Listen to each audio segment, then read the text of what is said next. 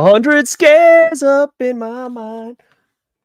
I'm ready, What's man. up? I am You ready ready. to finish this thing off? Finish the story? It's all about the game and how you finish it. So Holy mackerel, we are finally here to finish the story on this damn 100 scariest movie moments from Bravo from back in 2004. It's been a hell of a ride. It's been a lot of weeks, man. yeah, I mean, there's been a lot of stuff on these lists that I don't think should have been on these lists, but these 23 that we're getting ready to talk about are all pretty solid, in my opinion. Yeah, we're in a good spot right now. These are some good flicks that we're gonna talk about tonight. So I And want it's to gonna ask be you this though before we yeah, go get ahead. started. Yeah. So every time, and this is no shit, every time that I go on another stream, Mhm. somebody in that stream is always like, "Hey, have you all thought about doing your top 50, top 100, Mhm. top 25, top whatever, horror movies or horror movie scenes or things like that?" And I'm like, I don't even know how the hell we would do that. Because like we would essentially have to like all do our own separate things. I don't think there's Right. any way that you could do like one where we all just got together and like voted or something on like which ones would get in there. I don't know how that I'm would work even. I think to be honest, we should if we did it, we should have some meetings like leading up to it and then record those because it would like Wes will have his whiteboard, we'll be moving shit one way, we'll be like, all right, this one's gonna go over here. It'll be a Yeah. craziness because that's really how we have to do it is like what by like percentage? Like I don't even know how we would figure that out, right? Yeah. I don't know. Like how would you do that? Like, I mean, I really don't know. Like you'd literally probably have to just each make a list, see what comes up in both, find out those first, and then just kind of, you know, what what do they but call it? you What would is you'd have to have a y- rating system that was like yeah, point ones, you know what I mean? So, like, you'd have to have, like, 9.1, 9.2. So, like, and we all would have to give a score, and I guess get, like, a system, a program to average out all those scores and see, like, oh which yeah. ones, We'd match. definitely be we'd be lollygagging the last 30, I think. Yeah, yeah. I mean, Yeah. I think the top 10 would be pretty easy. It's like everything after that that would suck to try to come up with.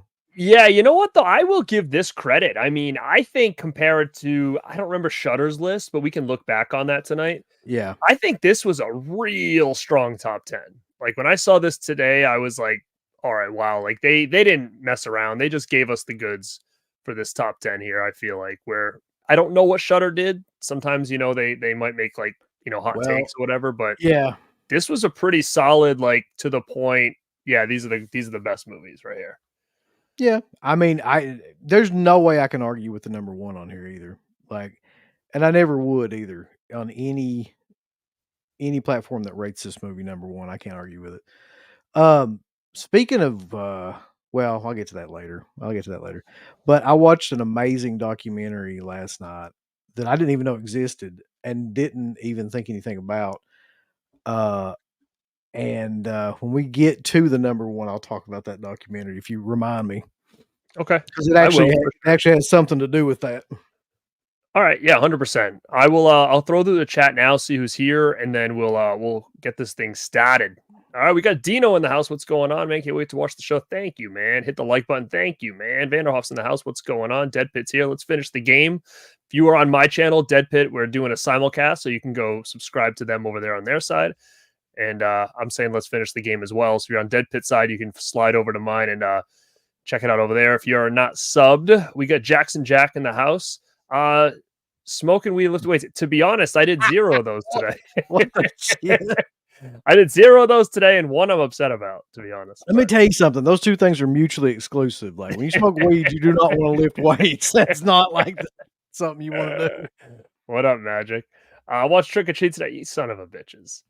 You know what? Yeah, man, that I'm We in the were the same boat. first to know, the last to get. You know what I mean? It's like one of those weird things for real.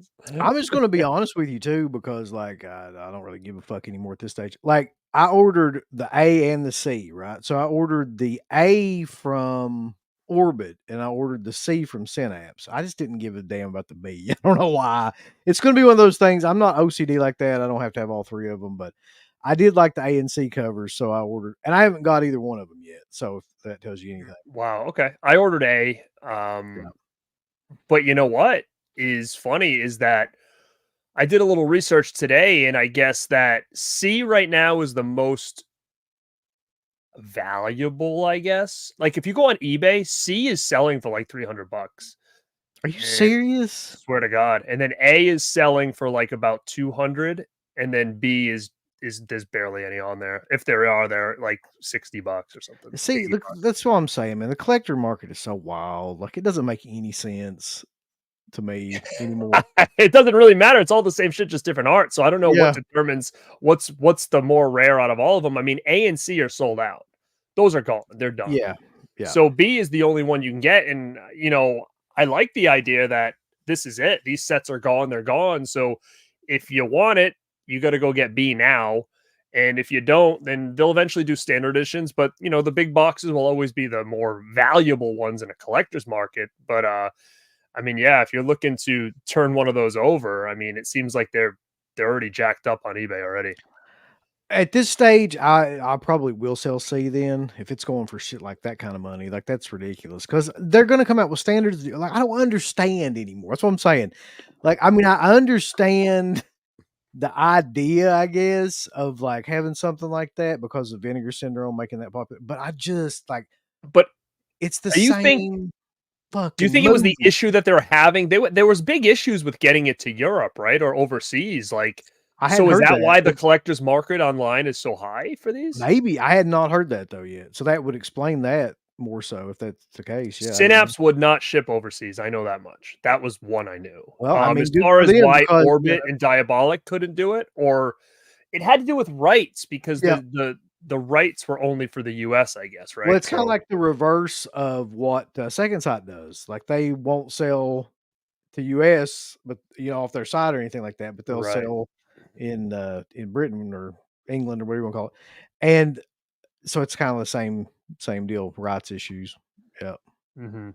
I But mean, I I'll didn't say know good that. for Slippy though. I mean, he did all right. Those things are gonna be I mean, B is not gonna last long, so, I Not mean, those now, will be no. gone by the end of the year, I'm sure, you know? Yeah. Yeah, it's crazy, man. Like I mean, I think we all predicted those would sell out. But I don't think I would ever predicted how fast and how like, you know, crazy that the prices would be on them already. Like that's wild to me. Do you think Don May's like, "Fuck you, I wanted Yeah. Yep.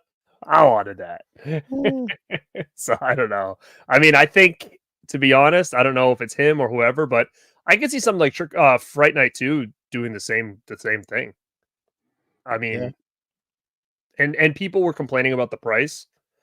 I didn't think the price was bad. I mean, you gotta think about the whole thing with these sets is that there was not, like, another edition that he pulled shit from, right? This was all from scratch features, like, Yeah. so, I mean, Yeah. you gotta think about everybody had to have been paid somewhere, you're thinking. So, if these are all brand new, I'm sure there was money going out as much as there's money coming in, so to justify $66 or whatever it may be, for this edition, I could see it. If they had a Trick or Treat last year and he ported, like, half the shit over, okay, that's different.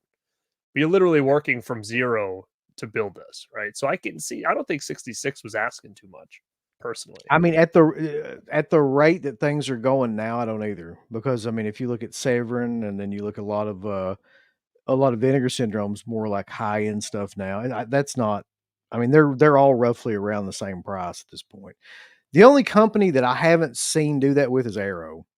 Like even Arrow's like bigger stuff never really gets to that point. So I don't know how they're doing that, but God bless them Mhm. for doing Yeah. that. I don't know who's you're talking about, but sure, I suppose so. What? Jesus. I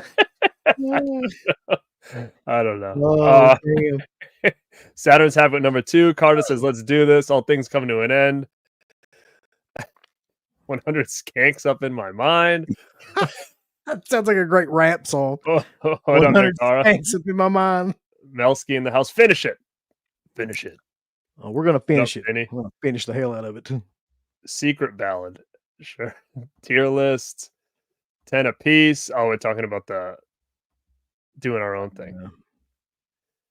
Red to Kill. What is that? What is the Red? Red to Kill is the Cat 3 film Oh, about. no. Yeah. I don't even have to explain it. And he's like, no, I'm out. And I'm like, no. Okay. Let me tell you, you do not want to watch. I'll tell you two that I watched recently that you never ever want to watch. Gary. Like, not that this would ever be a problem, but Red spells red and Centipede Horror, which are like Hmm. black magic Cat 3s, but they are chocked full of like real life animal deaths. I was like, what in the hell? It's like somebody watched Cannibal Holocaust and they were like, how can we like, They're top like, we're gonna that? take the stuff we like the most out of this whole thing, and we're gonna just do that. It's just wall to wall, just crazy. Like they did not That's give a been shit. They did that's not been your care. Halloween watch list, huh? You're a big No, I October didn't. list. I didn't watch that on the Halloween, man. Luckily, I watched it like before that, but like, Oh, okay. no, don't watch those movies. Actually, Oh my there is god. the animal cruelty free version that you like the Cannibal Holocaust one too has that on it. They've got that on there, so watch that if you So basically want. nothing happens, is that what you're telling me? It's 20 minutes long. They're just walking Turn around. off, yeah. They just stumbling around the forest. That's all that happens. Yeah. Oh my god. What up, man? Bravo nailed number one in my opinion. I don't recall Shudder. I don't either, to be honest. I mean, when we get, I can tell you. I've got it up. Offerings? Maybe.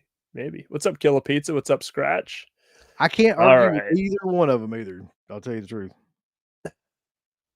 Trick or treat copy. Mine better be coming tomorrow. We're gonna do a big unboxing. All Mine of us. is supposed to be here tomorrow, so I hope we all get ours then, so we can do it. The Beast was the only like. I don't think anybody. I think if you. I don't think anybody hates it. I think, to my opinion, I think if you had to.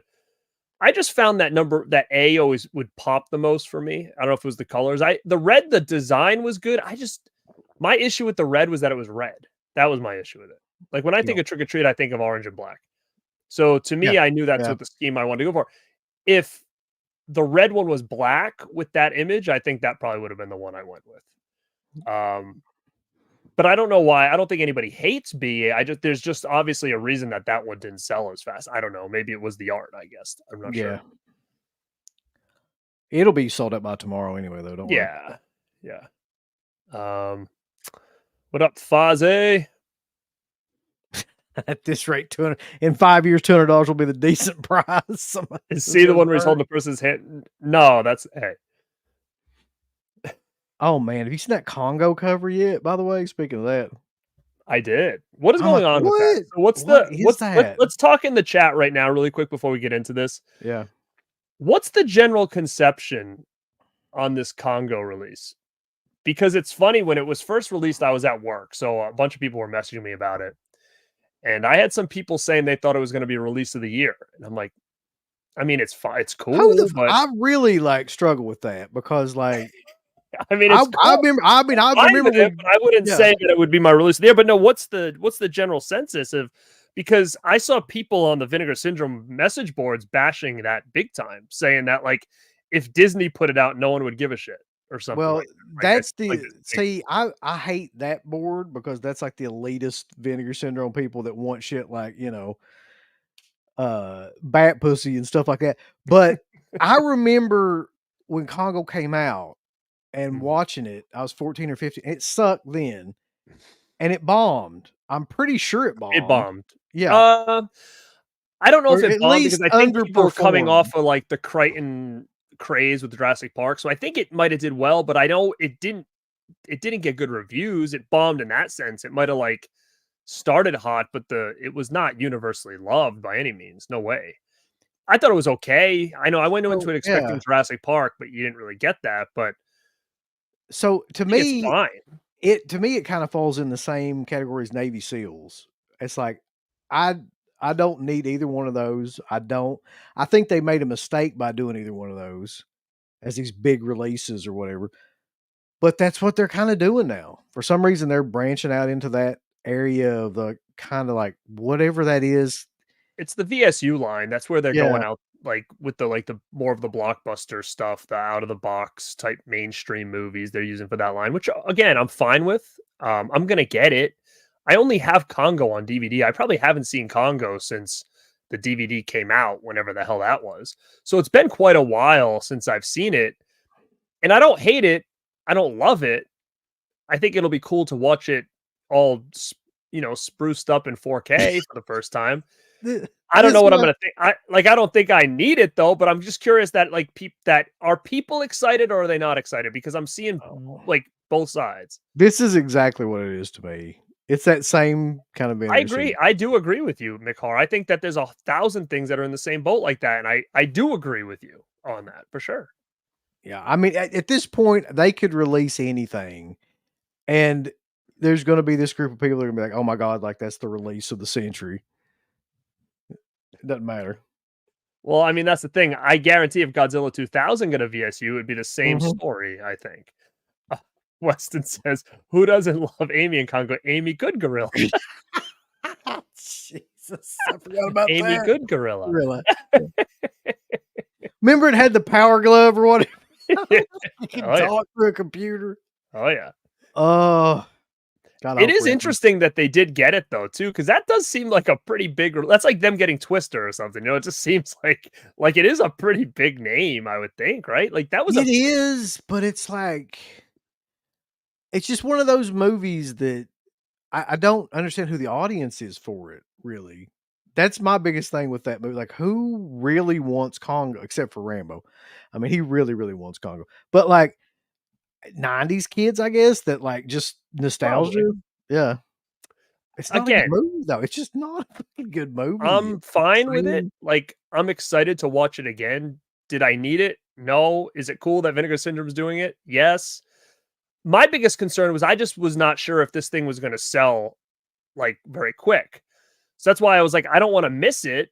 But there was no numbers on the site either. So I'm like, is this thing selling or is everybody Well, laughing behind the scenes? Like I couldn't gauge like what the story was here. So I wasn't sure if I should grab it early or just wait.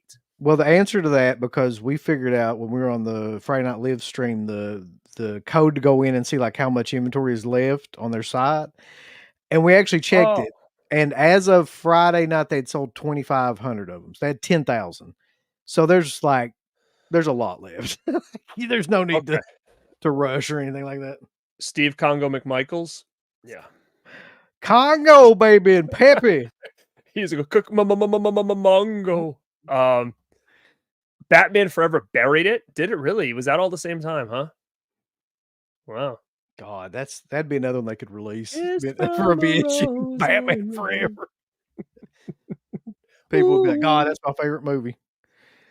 Uh, What? I was excited for Blood Tracks. No good? It was like I'm always like a sucker for these 80s slashers that I haven't seen. yeah, that's like I was saying to somebody the other day. I'll buy any of those. Like, I don't care if it could suck. I mean, Last Slumber Party sucks worse than anything, but Do you really think it'll be like it'll be in stock forever? I don't no, know. not like that.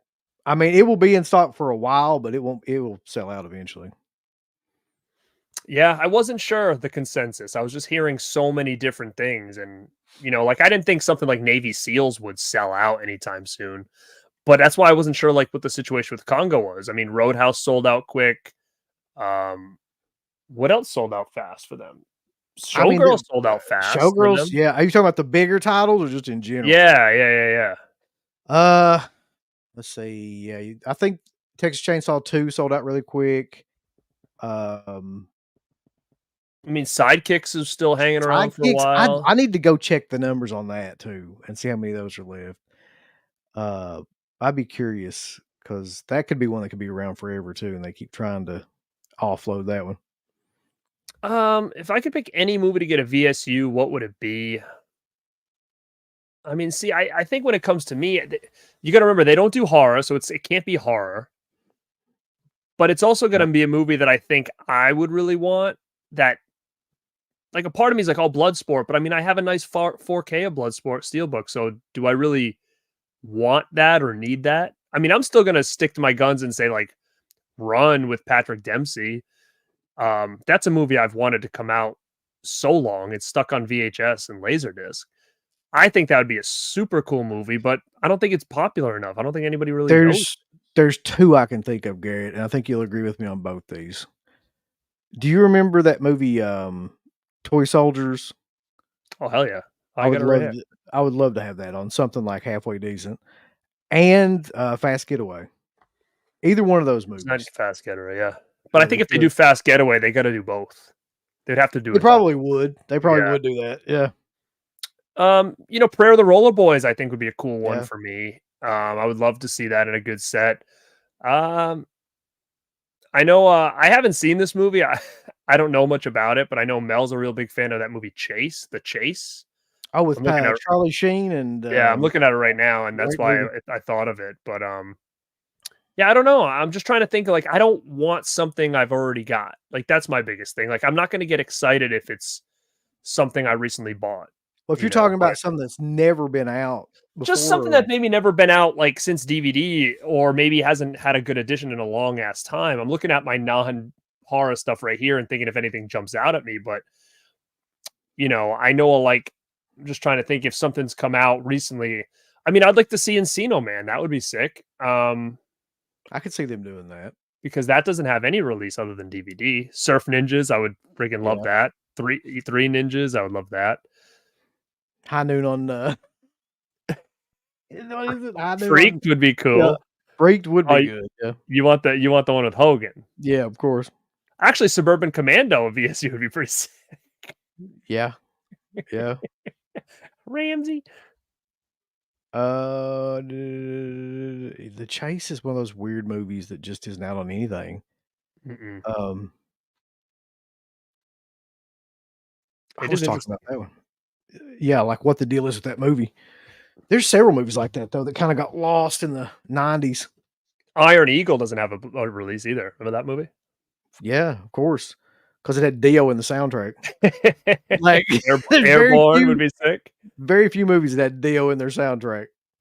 Yeah, so I mean, there's so many that they could do. I like it. I like the line. I think it's a fantastic line. I like, just the oddballness of it and the fact that they put a lot into those releases, like really when it comes to the packaging and stuff. So I'm a completist when it comes to that line. So I will get it. I was just curious on people's opinion on it because I wasn't sure how fast I should sneak this thing into my cart. But I think the keep is probably going to be their release for Black Friday. Yeah. But it's funny because Congo's been talked about for a long time for VSU, and and like after you don't see it for a while, you're like, nah, they're not doing it. And then all of a sudden it comes out. I was like, how did that leak so like long ago? Like, how did people guess that? Because people have been talking about Congo for like 2 years, and I it's just don't one of those movies. Like, how did anybody have a clue about like that's the one they were sometimes going to I do? sometimes I just wonder though if enough people talk about a movie long enough, they just get it and they're like, it doesn't really you know what I mean? Like, they're not really guessing it, they're just kinda, I wheeling it would through love Over the the Top. Actually, that's probably almost a perfect answer for me. I would love that. I'm a yeah, that'd sucker be for that pretty movie. cool. But all right, let's get into our list because we have Somebody 23 to talk about. somebody mentioned Detroit Rock City though, I wanna see that out on something. Ooh, hell yeah. Okay, so yeah, what are we at, 23? 23, and that is a classic. We got a little Rosemary's Baby action, which, man, I agree that this deserves to be here. I don't think anybody would disagree. I mean, other than the fact of who the director is, there's really nothing wrong with this movie. Um, it's one of the first movies that I think ever really fully did that whole idea about everybody's in on something except the main, star, and you don't know it until, the very end of the movie, really, like what Mhm. exactly in the hell is going on. But you get the idea that something is going on. Um, I love movies like that, by the way. That's one of my favorite. I don't know what you call it, like a subgenre, where like either a town or a group of people or something are in on something, Like but Wicker Man. yeah, Wicker Man's a great example. But like the lead protagonist doesn't know what's going on. Mhm. Yeah, Would you say Sentinel's kind of in the same boat as that, or yeah, it is in yeah, the sense that like yeah, most of the people like around that hotel knew what right? was happening. Yeah, Yeah, I like that too. I think Rosemary's Baby is an effective movie. It's always been up there as a classic for me. I think it really has gotten soured on over the years because of the director, but I didn't really know about that whole story until not too long ago. So to me, Rosemary's Baby was always top-notch stuff. And I mean, it's scary, it's disturbing, and I think it definitely deserves to be here on this. And it's still just a cool movie, like when they finally like see the baby and stuff like that. It's Yeah. great, man. That reveal, when she walks up to the bassinet or whatever, it's like one of the best scenes. It's one of the best scenes ever. Conspiracy movies, I guess you could say that, right? Yeah. You know what a great conspiracy movie is like that too, where something's going on, the whole town's in on it? Troll 2. Man, you know, They all know except for the kids. for real, what's so funny though? It's like, because that's like one of the best worst movies. It really is like I think Troll 2 is such a fun movie, man. Like for real. Love it, love it. Yep. But there's so many of those in like the 80s and 90s that are not great movies, but they're just fun as hell. But Rosemary's Baby is a classic, man. It was one that, I put top tier in the horror genre for sure. And I think number 22, I would kind of say similar. I mean, I think Don't Look Now is a great flick. I mean, Yeah. you got Sutherland in there. I mean, this is I feel like one that I feel like doesn't get enough love anymore. I was gonna say, I feel like a lot of people slept on this movie for a long time, and it was like review shows like this, and those Bravo style shows that really, I think that's the only reason a lot of people saw that movie, because nobody around that time was talking about that movie. I can tell you that from being in horror realm at that period of time. Like nobody really referenced that movie then. It became more and more popular over the last 20 years because people started talking about it. Like word of mouth got that movie back. And it is crazy because of the ending, but really above all else, that movie is like just a movie about grief, you know? Hmm. Hmm. Yeah, and you're right. It doesn't. I think this may have been when I first heard about this movie. But then I used to work at this gym, and there was this guy that was into like movies and stuff, and he knew I was into horror, so he would always like bring movies in for me to check out. And this was one. He brought me Dead of Night to check out. Magic was another one he brought me in to Yeah. check out. So like that was I every time I hear this movie, I always think of him because he's like the person who brought me in. Like it was either the DVD or the VHS or something, and he's like, "Oh yeah, borrow this." And I remember checking it out and being like, "Oh, that was really really good." So, but now it's got like a Criterion release, I think, and Yeah, it's got all kinds of different releases now, like a Studio Canal release, like, yeah. so It's a definitely a great good movie. one. Yeah, cool to see it here, just because again, it's one of those ones that, in my opinion, is kind of considered a classic, but not enough people really give it, as much love as I think it deserves. And bringing it down to 21, I think we both talked about this movie before, and I know when it comes to scary movies and freaky movies, Jacob's Ladder is right up there, man. It's like a fever dream watching that thing. I love the fact that movie came along too in a period of time where nobody really knew where the horror genre was going, and this dude just comes out of nowhere with this movie, which is just like nothing, has nothing to do with like slasher movies that came before it, or Mhm. nothing really to do with anything that would come like ahead of it. It exists in this weird kind of vacuum of like being its own thing completely. It's such a fucking wild movie, man, that it's just out there with a lot of the imagery. And I feel like that was the main thing. Like it's just a movie chock full of nightmarish imagery that you can't really get out of your head after you see it. Yeah, you know what? And I don't know. I don't think these really have to do with each other. I don't know why I always categorize these together. Maybe I bought them around the same time, or my uncle showed them to me at the same time.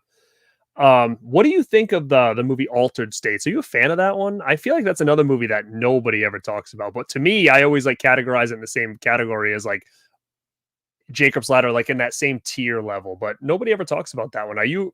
I never knew what your opinion was on that movie. I actually like that movie quite a bit. I actually like the soundtrack to that movie quite a bit too. Um, it's a weird movie, but the idea of like what the plot of the movie is in altered states and things like that, it's something that I've been interested in forever. Like, the sleep wake cycle and all that stuff. And Yeah. So I kind of had a personal interest in that movie too. Mm. Now, Jacob's Ladder, I mean, obviously, the big scene everybody remembers is the damn tail. Of course, yeah. But Uh, there's 10 different scenes in there that are just mhm. equally as disturbing, really. Um, you know, just these visuals like that this guy concentrated on to just scare the piss out of you, like and everything. And you don't know if it's a fantasy, you don't know if it's reality, you don't know what's going on, you don't know if he's hallucinating. Yeah. I really do like movies like that too, though. Mhm. For sure. It's not one we see often.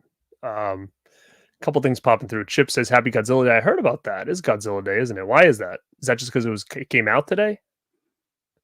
I'm a big Godzilla guy, so I'm cool with whatever. Um, I grew up with Godzilla. This is funny. Mick Hara says he's going to Sturgis this year with his motorcycle. He's going to wear his Scream Factory pins on his vest. He's the only person ever getting use out of them pins in. That'd be so killer. He's got the little Scream Factory pins. That's Saturn great. says Jacob's Ladder is one of his all-time favorites, ahead of its time. Yeah, it is. Biggest fan of Altered States. Oh, a little super chat came in from Spectres Chambre. Thank you so much. Appreciate that. Again, I think that's what I think it is both of these movies have some crazy visuals for sure. Yeah. What up, kid? Yeah, don't trip in isolation tanks. So you turn into a monkey. For sure. It's what happens to you. Yeah, you come out fucking monkey. running around the city. Mm-hmm. You guys had a Jacob's Ladder. Remember was that Albert or something? Oh my god. All right. We're on the top 20, people. And I think this one's gonna have a little bit of a, I don't know, maybe a controversial take on this one. I'm cool with it because of my experience with this movie, but number 20 is The Ring, coming in at number 20. Now, I didn't know about Ringu until I saw The Ring, and I'm going to tell you, sitting in that theater, I almost shit myself when that freaking thing came out of the television. Sitting in that theater, like that was a moment that literally like freaked me out. Like I got hairs standing on the back of my neck or whatever. Like that never happened to me. And when that came out, you got to remember, you and I weren't kids either. Yep. So a lot of these people, like I remember The Ring when I was 10. Like I was in college, I think, when The Ring came out. And I don't want to say this, but it had to have been maybe 2001, maybe, or 2000. I don't know. Let me see. I think 2002. 2002. Okay, so that perfectly explains what I'm getting ready to say. I think that probably is put on that list because of the timing of that list. I mean, I agree that the movie is like, very notable. Should it be that high on this list? Probably not. It probably has a lot to do with it was just released and like when not too long before this list was made. If you look at the Shudder list, it's not even in the top like 25. Or I'm not even sure where it is on the Shudder list, if it's on there. But I think that might be a product of its time. And people were still like they were not oversaturated with that style of Asian horror yet, like it would get later on. I agree 110% with what you just said. I think at the time, The Ring was really, really loved universally. And that's why those movies kept coming and coming and coming. And because we were saturated with it for so long, and there was a lot of shitty ones that started to come out. Oh, yeah. And I think it kind of turned people against The Ring a little bit. And, obviously being 20 years old now, it doesn't have the same effect as it did for that first time viewing. But you got to take into consideration just at the time, it really was my introduction to, Japanese horror. Like it really, or anything along that lines at that point in time. And then it used, then I sought out Ringu because I was so obsessed with this movie because it was nothing like I've ever seen before. And then there's another movie we're going to talk about on here, which really got me to go down that rabbit hole with that kind of stuff. And it was because of this list that I was introduced to that movie. But I don't know. I mean, I can see people being like, "Oh, it doesn't deserve top 20. Oh my god, it's ahead of Rosemary's Baby." But I think that it was still so white hot at the time. Yeah, that I think that's what kind of put it at this spot, this 20 spot. But it's not as effective anymore. But I'm going to tell you, seeing that in the theater for the first time, it was damn effective for me. for sure. Well, I always like to what Friedkin said when they were talking about like classic movies, and he said something like, you need like 20, 30 years, of a movie being out before you can say, okay, this is a classic movie. You know what I mean? Like, Mhm. because it really needs to kind of sit there, and people need to kind of like go back and watch it, and it needs to have a kind of a life to where you actually see, was this just like kind of like a product of its time, kind of flash in the pan thing, or is this actually like a classic movie? And I agree with that. Like, I think that a movie has to be out for a certain amount of time before you can be like, okay, this is a bona fide classic movie. The Ring, I think, has some like classic scenes in it. I don't know if I would say it's a classic movie. I don't know if Mhm. I would go that far. I don't know if I'd say it's up there with like, you know, Texas Chainsaw Massacre or Night of the Living Dead, or, shit like that. It's hard too because like literally it was an adaptation of a popular movie here in the States. So it's hard to think, oh my god, it's such a classic because it really was just an American adaptation of another movie. So it's but again, I found it was effective. In 2004, it was still white hot. Um, Mel said that, this, and I agree that even the scene in the closet was another freaky That scene for closet the scene first is, time. yeah, that is a good one. When you see that, and the music when they show her in there or whatever. I mean, 7 days. I mean, how many times did we probably do that? Yeah. As kids? But yeah, I would definitely say I'm cool with it being here. With all things said and done, I can see why it's not here now on modern lists, but I think at the time it's fine. Um, The next one's surprising to me, about how it's surprising to me by how high it is on this list more than anything. yeah, that is Hellraiser, and I agree. I mean, Hellraiser's funny to me because it's not personally like a big favorite franchise for me. It never was. Um, I like the first one. A lot of people like the second one better. I still like the first the best. 2 and 3 are fine, but they were never movies that I go back to and watch on a regular basis. So to me, I just don't have as much of a connection to Hellraiser, I think, that other people do. I see why this one is here. I think the first one is very unique in its own way, Yeah. which I think as they go on, they kind of change a little bit from what the first one did. But yeah, what are your thoughts on the whole Hellraiser thing? Okay, first of all, I think that that's one of, if not the most mismanaged franchises ever. Just in the quality of the movies that came out, like, were just so bad after it still is. Like, they're still cranking out horrible reimaginings and reboots and shit of that movie, and it'll probably never stop. It's right up there with like Children of the Corn and you Mhm, know, mhm, mhm. some of those other movies that just have horrible, Texas Chainsaw. But the first film, like you were saying, is just so unlike anything else that came out to that point, that I'll give it 100% like credit for creativity. Um, because I don't remember seeing anything like that up to that point, and I don't remember really seeing, that many copies of that kind of style after that. I mean, it's a very hard thing to pull off. And the weird thing about that movie is the effects still look great to this Mhm, day. The mhm. skinning effects and stuff in that movie still look amazing. And that was back when the Cenobites were menacing too. Like, that was actually something that was scary and new, and before it got to be more like they're coming out with fucking, not like It's more of Freddy puns or like anything, a but like, gimmick or whatever, yeah, yeah. it's just a gimmick to where they're gonna say something that's gonna try to be a catchphrase, and it's just Pinhead's gonna try to be clever, and nobody. Yeah. Oh, That I think that's what kinda happened too, is it like you said, I think mismanaged is a great way to put it. Um, I don't know the whole story about this, like, I don't know if there's documentaries on the new 4K.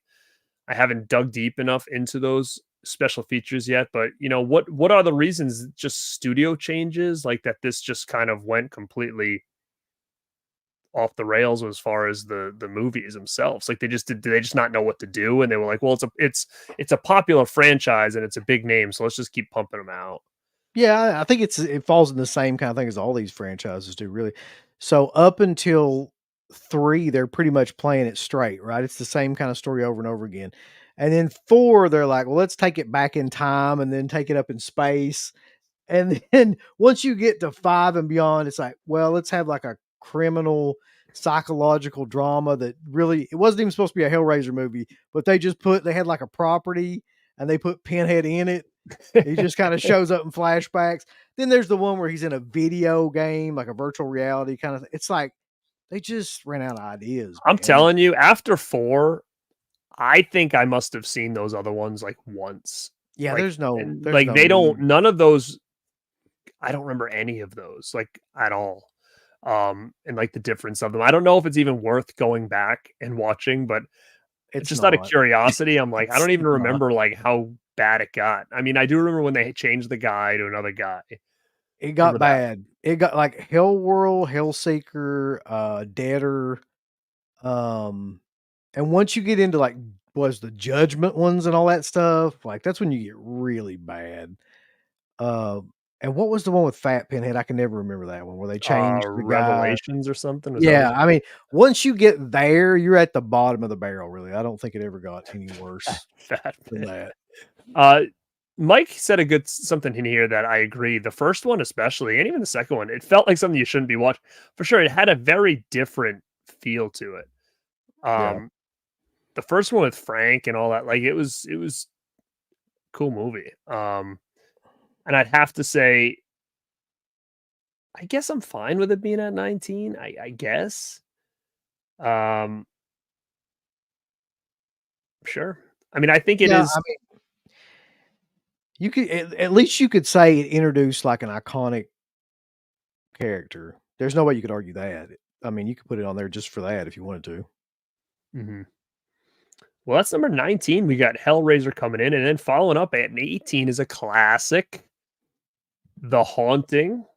Not the remake from the 2000s, but That'd be awesome if they put that on there.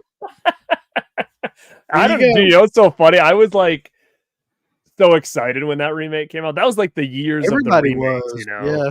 because like that was like we didn't really see a lot of remakes, or at least Mm. maybe because of the age that we started to really notice because this must have been was this like late 90s, maybe Yeah. 2000, I wanna say 2001? it was it either super late '90s, like 97, 98, something like somewhere around there. Somebody can put it in the chat, but, like, that's a movie where when I first saw it, '99, when I first saw that movie, I knew I didn't like it. Like, it just it wasn't like I you had to agree. think And I about was it and stoked.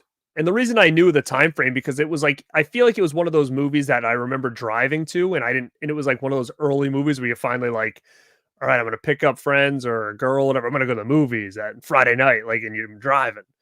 So I knew that was kind of a had to have been like a late 90s thing. And this was kind of the early stage of like we're gonna start remaking everything before like House on Haunted Hill and all that stuff came out. And you're right, I saw it and I was hoping for the best, and I was like, "This wasn't scary." And then the CGI was a fucking mess at that point, so, like, yeah, all the that shit ending at was the a end and mess stuff too. was brutal. You're like, "How am I supposed to be freaked out or frightened by this thing?" It's just like looks like a cartoon. It was just such a like, convoluted, that's the word I'm looking for. It's a convoluted movie with a horrible ending and just, like, all that CG before it was really there's that really bad era of, like, CG where it was really noticeable anytime you put it in a Oh, movie. Yeah. It's just got everything in the world going against it, and, yeah, Lily Taylor's stupid face, she wasn't very good in it either. but listen, no, guys, this isn't the one that's on the list. We kind of veered off into Yeah, it. yeah, sorry. Yeah, this is not This yeah. didn't make the list. No, this is the OG one, the old school. The actual, like, one that we're talking about is the 1963, The Haunting, not the remake. Which again, now it is what it is, but I can see at the time it being very effective. Yeah, I mean, it's kinda like the granddaddy of, well, it's I won't say it's the first, but it's definitely one of the first that made it really, really popular, like the haunted house kinda movies. Um, there was a lot of haunted house movies before this, but I think that this one really kinda, like, perfected what that was too, where it Mhm. made it, like, not as much about what you see as, like, what you don't see.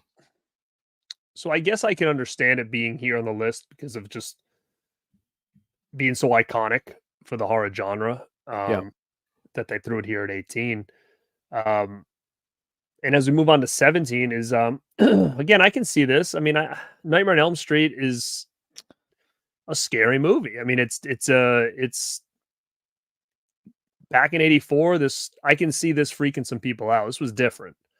This wasn't the slashers that we were used to or people were used to at the time. It was a little bit deeper Yeah. than the normal, chase and slash or whatever, stalk and slash. And I can see that this deservingly should be here. I mean, what do you say? You Elm Street guy? I couldn't tell you if I'm an Elm Street guy, really. I think that franchise I struggle with the sequels of that franchise a lot. Um, but I can tell you that that first film, like, was completely different than any of the other, like, the Friday the 13th or your Halloweens, because, like, Freddy is an actual personality, right? Freddy's an actual actor that gets to improvise and produce, like, these legendary kind of performances that he did, and that's the thing that separates that movie from, like, those other ones to me, um, is Robert Englund and, like, what he actually did with that. He's not a big guy either. That's another thing. So, that's what when Rob Zombie came out and he's like, "Well, fucking, Michael Myers needs to be this huge dude, you won't believe that he can kill people." It's like, "What the hell are you talking about?" So, he brought in, 6'10" Tyler Mane or whatever, and Yeah, Sky, whatever, Big Sky. Yeah. it's like, yeah, what are you talking about, dude? Like, so I'd say Robert Englund's 5'9", something like that. I think that's around, but it's how he performed that's actually what made that movie scary. It had nothing to do with, like, his physical presence or anything like that. And it's the Mhm. idea of the movie that was great too. Yeah. And you know what's funny is, and when you watch, because I just recently watched the first one again because of the 4K, and it looks fantastic, by the way.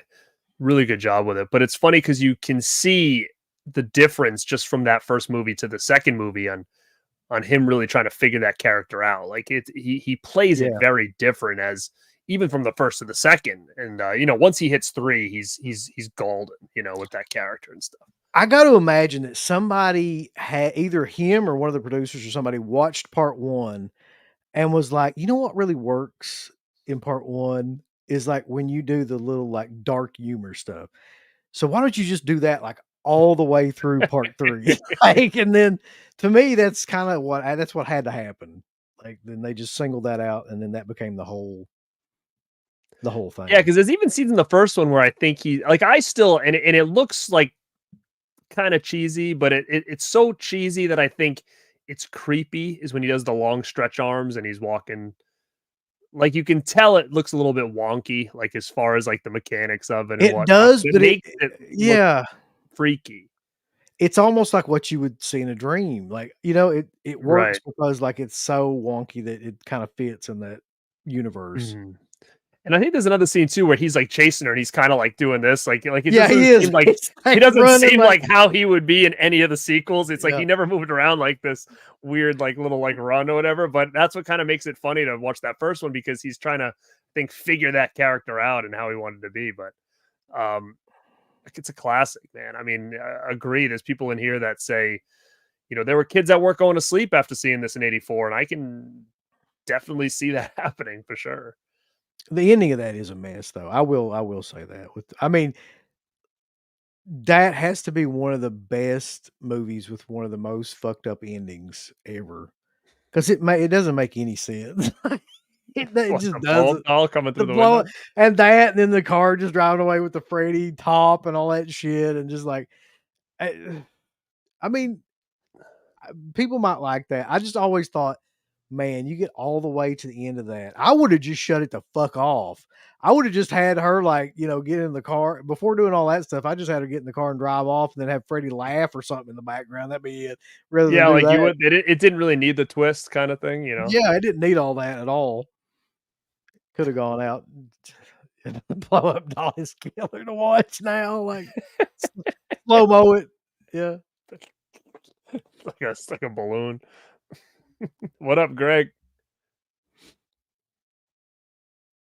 Let me see. So Jackson Heather said that the long arm scene works great on screen, but then when they were filming it, it was embarrassed. It was going to be like, this is going to look shitty. Yeah. Yeah, but that's the thing about 80s effects that like because they looked off, it made it look kind of cool. Like even going back and watching something like I always think about Teen Wolf when he's transforming and he's looking at himself in the mirror and it's all just that Yeah. claymation on his face.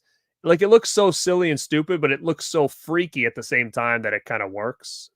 So to me, I always find it just looks really good. And that's like what we said about the long arms. It looks shitty, but in like kind of a cool way.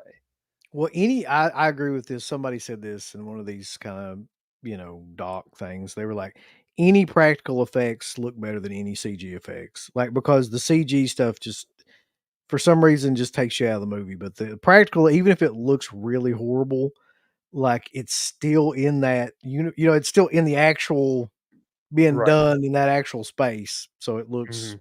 better somehow. And I agree. Oh, I remember that. I love the intro to the cartoon. Sick. Um, Yeah, I agree with the Spook House too. The drunk mom in A Nightmare on Elm Street is that Ronnie Blakely is awful in that movie. She is. There's just no getting around that. John Saxon probably don't even remember he's in that, or I mean, he didn't remember he was in that movie. I guarantee it. 16's interesting too. This is another one that's growing up a horror fan, it was always a top dog, and I feel like it's kind of gotten watered down throughout the years as far as what I hear people say about it, if anything. That's the Omen that's coming in at number 16. It's still getting sequels, it's still getting remakes, it's still out there by name, but I don't know. For some reason, I just don't feel like you hear much about the Omen or the Omen getting, Mhm. crazy treatment. What has it? When's the last time is it a 4K? Do they have a 4K of the Omen? That's a Or good question. I don't know. it's just I got that box set from Scream Factory, right? Yeah, that's the last thing I really remember, but it probably does have a 4K, but I don't there wasn't a big deal made out about it if there is one. The if you wanna do something just, like, to get an idea of, why I think The Omen was as influential as it was, turn all the lights off in your house and put on the fucking soundtrack, and just sit there for about 30 seconds, and It's over. that's all you need is about 30 seconds. That chanting Latin soundtrack in that movie, Jerry Goldsmith, I think, that's just one of the creepiest damn things ever. And it was just I think it was just the subject matter, really, like, you know, that got people more so than it was the movie. The movie was like a big studio movie. Had a couple of like cool scenes in it, like the glass scene and everything, but like over and the hanging scene, of course. But That freaked overall, me out when I saw that for the first time as a kid on yeah, VHS. I remember when that happened. It's like, "For you, Damien," and I was like, "What the hell?" yeah. Yeah, that's a great scene too. Just because like it takes place like broad daylight with a ton of people around and you just get Mhm. this feeling of like, okay, like what in the hell, what is going on? Yeah. Um, but that's a movie that I don't think would work without that score. Yeah, I agree the score is great. Did you see the new one? The new Omen one that came out? Yeah, I actually thought that was fairly decent. I Yeah, it was was pretty good. amazed that how good it was really because I thought there's no way. Yeah. I mean, it was Omen's an interesting one too when it comes to the whole franchise. You got Damien, which I guess is okay. The other ones are kind of weird after that. I know they got that Sam Neill one. Then you had the remake. Then you had the I just remake one. yeah, That the was pretty final much of conflict. yeah, the remake was almost like a carbon copy of the first one pretty much. I think And that's then may have been one of the first movies we went and saw and did like an on the road of because I remember going to see that and just being like, "Oh, that's bad." I mean, it had, like, a couple of cool scenes in it from what I can remember. I can barely remember. That's the last time I've seen it, if that gives you any idea. So, yeah, you can't really do a remake of The Omen. It's just his not mother's a jackal. yeah. That was freaky. when they uncover the Yep. bones. But yeah, I like the Omen. I feel that's another one. There's a bunch of movies that, in my opinion, just nobody ever praises anymore. I feel like Omen's one. I feel like Amityville Horror is another one that I feel Uh-huh. like people just all of a sudden just like turn their back on. Where I'm like, man, like that was always, that would have been considered a classic to me, as a kid. I think it's Um, easy to forget though now, like how influential those movies were, or just how fucking creepy they were when they first came out, and it kind of gets lost now because we got all this other stuff. But mhm. yeah, But the Omen at 16, which again, to me, it's a heavy hitter. I can see it being here. 15 was actually, this was the first time I'd ever heard of this movie, was when this list came out yeah. personally. And that's a movie called Freaks, which then as soon as I watched this thing, I ran out and grabbed the DVD of it. And I mean, uh, it's freaky, it's different, it's weird. I think Um, you could make a case that that's the first exploitation movie. Truly the first like legitimate exploitation movie because that's what they were doing. They're exploiting the freaks. And they're real. mhm. I don't know what the PC fucking word is to call that now, but like they're Not real freaks, people. I said. Yeah, you Not a can't call them freak. freaks. So I don't know what to call them. They're real people missing like limbs and with things, unusual things going on with them, and that in and of itself is ballsy to do. And I think it ruined that guy's career though, didn't it? Like that's the same guy that did Dracula, wasn't it? Like the Todd Oh, it was the Browning. same guy, yeah, but Yeah. I don't know, did that ruin his career for real? I didn't I know that. think I think so. I think after that he was pretty much anatomically challenged. Yeah. Yeah, they are. But Um, yeah, I don't know. I mean, I suppose, I don't know if I would have put that at 15 personally, but it's different, that's for damn sure. Yeah, Freaks. yeah, I I mean, think it's definitely Carter one to see, it's one to check. Carter says this best. Yeah, people were not ready for that movie when they were not. That was not at But, that being a time. teenager or whatever and, seeing it for the first time, it was kinda like, "Whoa, look at this." We're all about it. It does have a what, Criterion release, I think? Oh yeah, that movie's like considered a classic now. So Mhm. yeah, Rambo says Todd Browning suffered cancel culture of that era. So yeah, yeah. So he was canceled, okay, I see. There's a Um, scene. There's a scene in that. Somebody else brought this up too. I can't remember where. The scene at the end where all the freaks like kind of. I'm sorry, all the unusual people. Uh, I'm a good person. I swear to God. All the unusual people like form together and like to take out the woman and make her like one of them. All that stuff. And there's a guy with like no arms with a knife in his mouth crawling towards her, and you're like, what the what is he hell's gonna he do with gonna that? do? It's like, what? Little Yeah. slice. He's Yeah. gonna slice her, like, in the Achilles. Maybe he can like rear back and throw it at her. He's learned that skill He's so again. quick. Again, people, I'm a good person. I want y'all to know that. Oh my god. But yeah, that's Freaks coming at 15. I don't think they could even talk about that movie now on Shudder, so I don't think that made the list at all. No, Did probably it? not.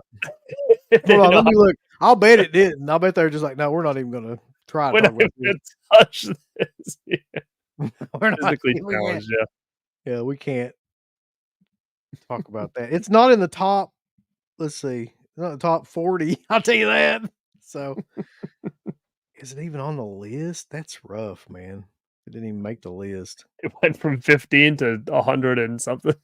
That's so indicative too of like what's going on now. It's not even on here.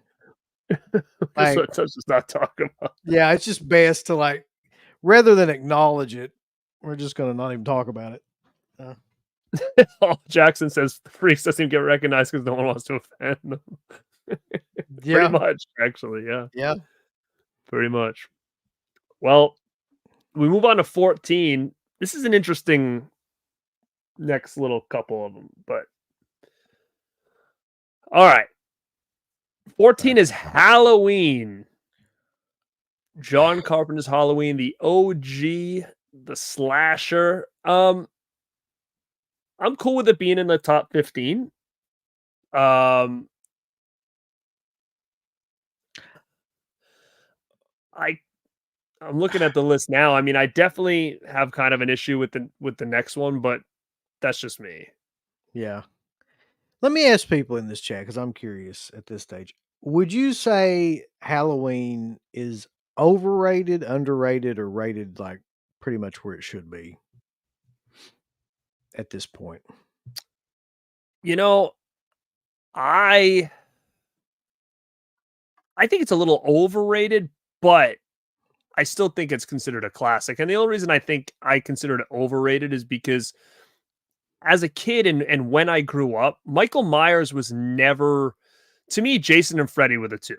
That was the two big wigs when I was a kid. Michael Myers always felt like third. Like he was kind of like a third tier guy. But then as the years went on and we started getting older, it felt like he was the one that was the top dog and Freddy and Jason were underneath him. Now that could just have to do with the amount of stuff they've done with Halloween over the last 20 years that makes him feel more important than the other two because they've kind of just went dormant. So that's where it's funky for me because Halloween always felt like a third tier compared to the other two growing up. I think the original one, at least the first two or first three, are ones I watch yearly for sure. It's weird because I think it has a lot to do with just seeing it as many times as I have now. Like, because I watched it on Halloween this year. That was one of the movies that I watched. Was the original '78 Halloween, and I'm like,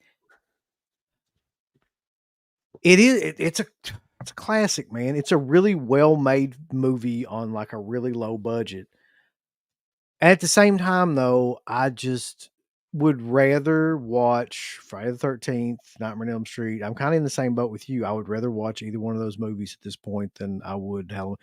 I don't know if that has anything to do with it being overrated or not. I'm just saying, like, maybe it's been overexposed. Maybe it's not like, maybe it's the era Yeah. that it was made that doesn't connect with us as much. Like, I don't know. I don't know what it is. I think There's something. overexposed is probably a perfect word for it. And, Jamie Lee Curtis came out this week and everybody's talking that she said never say never. Like, dude, do you the last thing I want is another Jamie Lee I Curtis Halloween? look, Like, look, honestly, like to me, that news was like, that was a deflating news to me. That wasn't exciting. I was kind of two. like, can we just stop this now? Like, I don't mind a Halloween No, coming out in the future, but like, let's do something else here. listen, you're gonna bring back Corey Cunningham, and there's gonna be a fight to the death with no. Number one, I'm not shitting on Halloween. I think it's a classic. Let's get that straight before people in here start that. But number two, like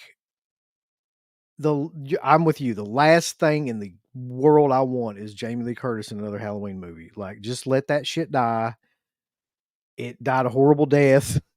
With just, it, I feel like that she's constantly trying to like end that series on a high note.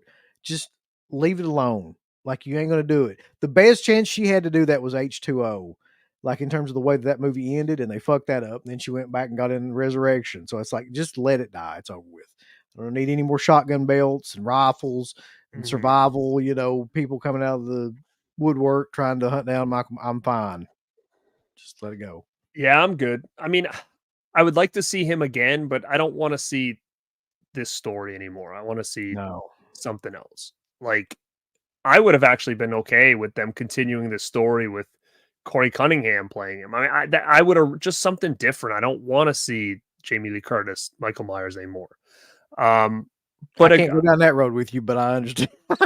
Yeah, but I mean, hey, and I'm not shitting on how I love Halloween. I mean, I absolutely love Halloween. It's just, to me, I feel like because we've gotten so much of it over the last so many years, to me, it feels a little bit overrated because, again, growing up, Michael always felt third tier to me. And it could have just been the year I was born and when I was a kid that maybe Halloween was, over and done with and starting to play catch up because it saw how, Friday and Nightmare were doing things. Because, I mean, come on, people love 4, 5, 6, Myers Yeah. Halloween, but when they came out, they weren't really considered much, right? Like, I I love saw man, them on TV, like, growing up, but it wasn't anything that I felt like it was as big of a deal to me.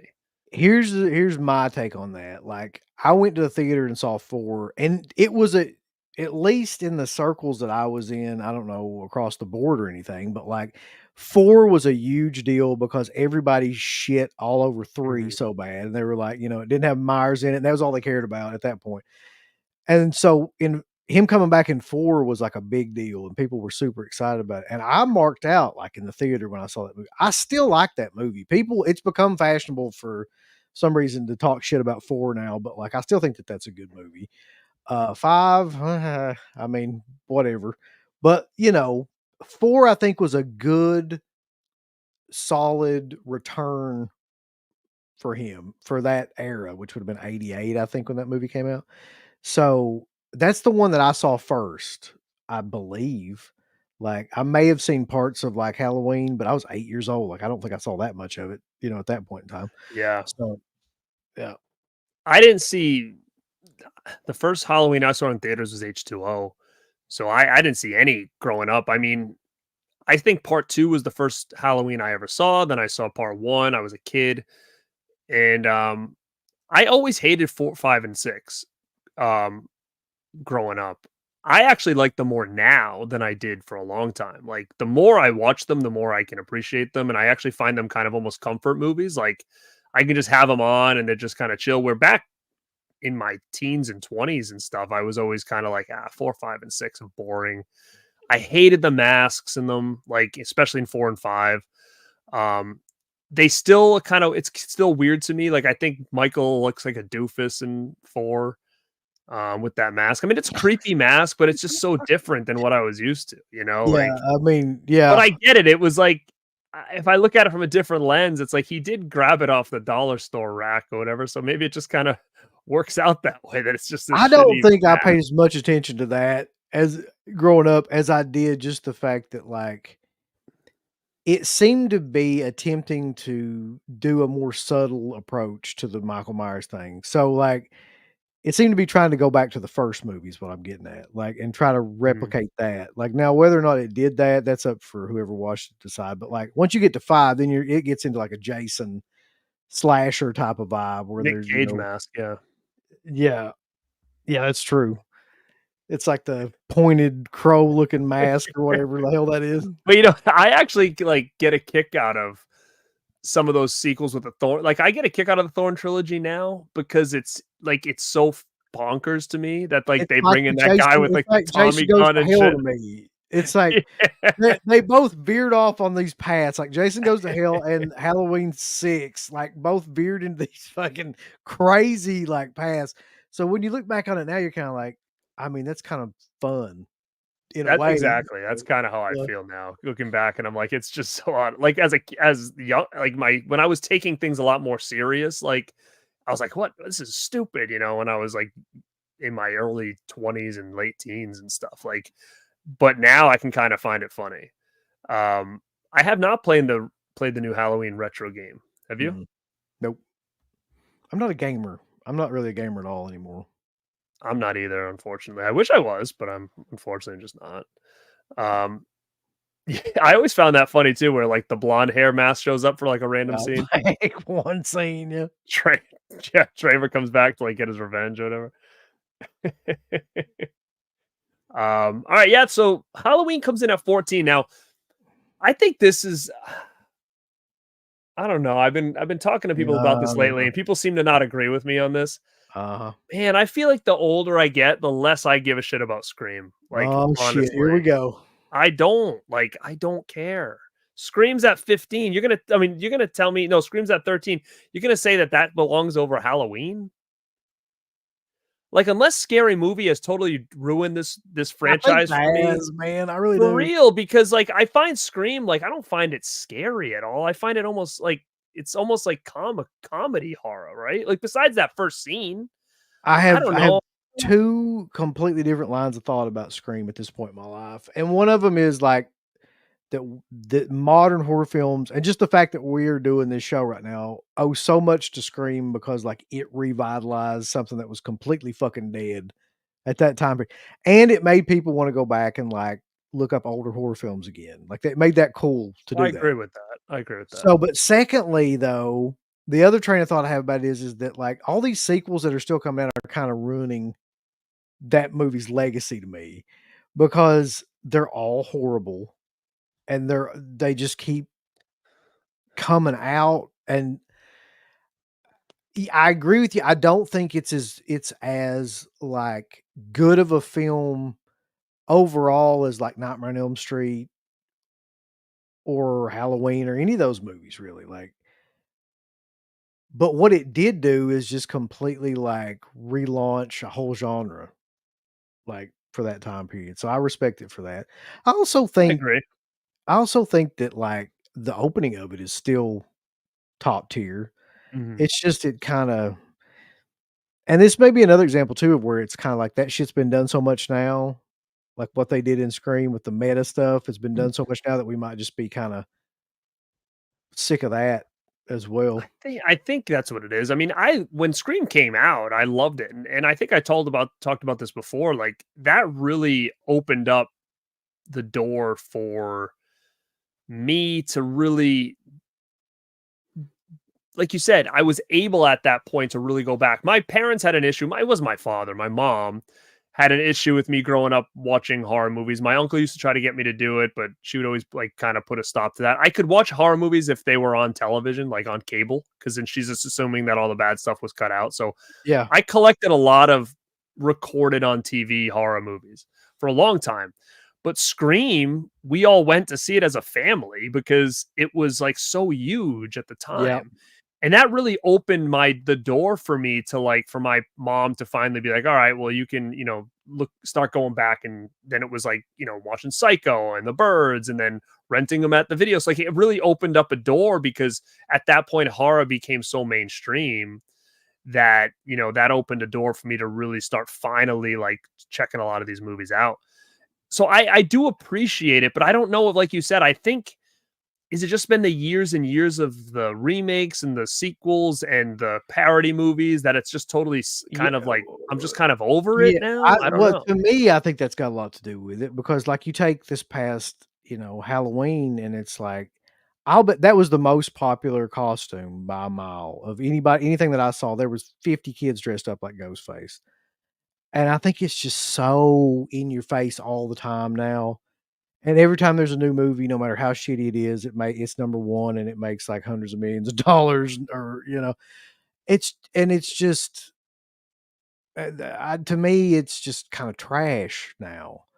Um, and somebody said that a lot of those sequels they didn't need the sequels. I kind of agree with that, even though I like the second one and the third one for nostalgia reasons. Like, did they need them? Are they really that No, I good don't at think this they needed point? them. Like, No. yeah, I And mean, now it's a complete friggin' shit show. I don't even know yeah, what's going on anymore. It's just you're right, man. I think it got too popular for its own good, and I think that really hurt it for me. Do I still like it? Like the first one I respected. I mean, I don't watch it a whole lot. Um, I used to be a really, really big fan of it. Sequels, I didn't care for really. Um, I was getting into the new ones a little bit because I liked Barrera or whatever, but now that she's out, I'm kind of like, I don't really don't care. Like Sydney Prescott comes back. Like it doesn't that's the same with like the Jamie Lee Curtis thing for me. Like I'm kind yeah, of yeah, over Scream. Will I watch it? Yeah, I'll go see it to check it out. But I mean, if they said we're done with this, like I'm fine with what we've got. yeah. Um, I would love but it if I they do said they were done. I would cheer if they were just like, we're stopping well, this. well, the thing is now is it's like they're No. still working on it, and then what they just announced the other day, the Wayans brothers, like we're bringing back scary movies. So is that going to totally deflate the new Scream? I Like, hope it so. already doesn't have its own problems. It's already got like a shit ton of problems, and they're going to be like putting it right against it, and people are going to just like laugh. Dude, I hope they go after all these movies, like these sequels and stuff. Like, I hope they destroy them. That would be amazing. Night Sin, dude. Uh, I'm telling you, I think that yeah, yeah, scary movie has so much more like memorable parts that it it's gotten to a does. point where I get them both confused. I'm like, was that in the Scream or was that scary? Yeah. Oh god. Yeah. People quoting Scary Movie now. It's great. Yeah. What's Oh, it like? What I'm trying to think like I don't remember the exact word, but everybody's like, "Oh, he's got a baby dick too." It's like the yeah, yeah, pigeon. yeah. Kill swallows. Oh no, what he oh no, what he goes, I got one too. It's like he was talking about like a letter or Yeah. whatever. He's like, you got a baby dick too. No, I got a letter. Yeah. Oh my god, those are great, man. They're freaking done so well. Um, all right, number 12. We got a little soul asylum. He says misery, bad Yeah. misery, baby. Which That is too high on that list. That is well, 100% too fucking high on that list. you don't think misery belongs here? No. Come I on. There's no way in hell that I mean, I like Misery, it's fine and everything, but that number 12 above all these other movies, there's no way. I It poopy. It was good. Matt, I was thinking of you the other day because I went on this weird shopping spree where I bought like all the scary movie masks I could find, all the different expressions. I was like late at night, I was like scrolling around line. I'm like, oh, they have scary movie masks with like all these different. I'm like, I'm gonna buy all of them. So I got the Oh, tongue out. I got like the scream, like the. Then I think I have like the stone face one. that's such a that's such a classic, like, the way that they did that doofy character is such a classic way to do that, because, like, they tried to make him such a bumbling character, and they just exaggerated that to, like, the 10th degree in that movie. It was great. Don't bother me Oh. while I'm cleaning my room. I love it. Anyway, Misery. Misery. So Look, I love Misery. I want to hear what you have to say. everybody loves Misery. There's nothing not to like about Misery. It's like a play, though. It takes place in one room essentially the entire time. And it's all based on the characters, like how well that those actors are. And luckily, Kathy Bates was amazing, but I don't go back and fucking watch Misery, man. Like I don't. Like it it's not an exciting movie. It's more of like a psychological slow burn kind of movie. It should not be this high on this list. That's just my opinion. It's like Yeah, I when I think think it's a about very well Misery, paced movie. I think it's an interesting story. I don't know. I always when I I put saw it it in here, I my was like, mind. okay, it makes sense. I put it in my mind with, like, when I think of Misery, I think about, like, Pet Sematary, Cujo, like, it's on that level with me. So, I don't know why those movies are so far down this list and fucking, Misery is number 12. I don't know. Misery seems like to me, Misery felt like it was on that cusp, kind of like Silence of the Lambs, where it was like it could have it's horror thriller, but like it was taken very serious by the mainstream audience. I feel like did this win Oh, an yeah. award? Yeah, she won I Kathy think Bates won, yeah. an Academy Award for it, yeah. So yeah, I mean, I don't know. I always think this is like a big time movie that kind of broke through the genre a little bit. But so to see it at 12, I just feel like, oh, it's classic, belongs at 12. Dark But I don't know what everybody else thinks about this movie. Nobody ever talks about it. fuck. Let me see. Nope. Just read the comment. Oh, you think of Kathy Yeah. Bates? Y Yeah, that's what he's thinking of. Oh boy. Think of that dancing fucking meme. So that's Misery coming at number 12. Uh, Number 11. she won a Kathy Bates Award. Yeah, she did. Uh, Oh, I don't know what's going on here. Nobody knows. Number 11 is what I was referring to before when we talked about The Ring and kind of introducing me to more of like that Japanese type horror that what's the specific name for it? There's a name for it, right? J-horror? J horror, I guess is the name. Yeah. And then when I saw this list and I saw this, I was like, holy shit, I need to find this movie. And it's Audition, which I've become since this list a real big fan of this movie. I haven't seen it in probably about 5 or 6 years, but after seeing this, I ran and hunted this thing right down. And it's a freaking crazy movie, man. I remember, do I think this movie should be this high on this list? You do or you don't? Mm, I no, no, I don't. But, like, it is one of the craziest, what you would call, like, mainstream Asian horror films like that. You know what I mean? Like, it didn't get mainstream like The Ring or The Grudge or anything, but it got further than a lot of Cat 3 stuff. So it's like it shares a lot of the same qualities as Cat 3 films and has a lot of the same types of scenes, but it got into the mainstream kinda more so than a lot of those movies did. And that guy is insane. Takashi Miike is fucking one of the craziest directors that got popular. Like, his movies are just chock full of, like, some of the craziest set pieces and, like, death scenes and torture and things like that that you'll see.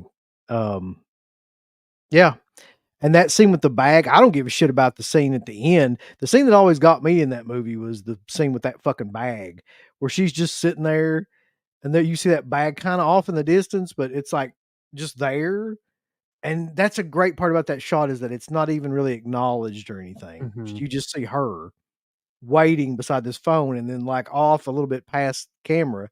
You're not even really paying attention to it, and then it just moved really quickly, like, and that's to me is the biggest Yeah, and I horror. think that's the scene they were referring to right here Yeah. is that was that bag scene. But yeah, this introduced me to that movie, and I just remember seeing it and being like, "Holy shit, they're doing some crazy shit over there," and I need to learn more about it.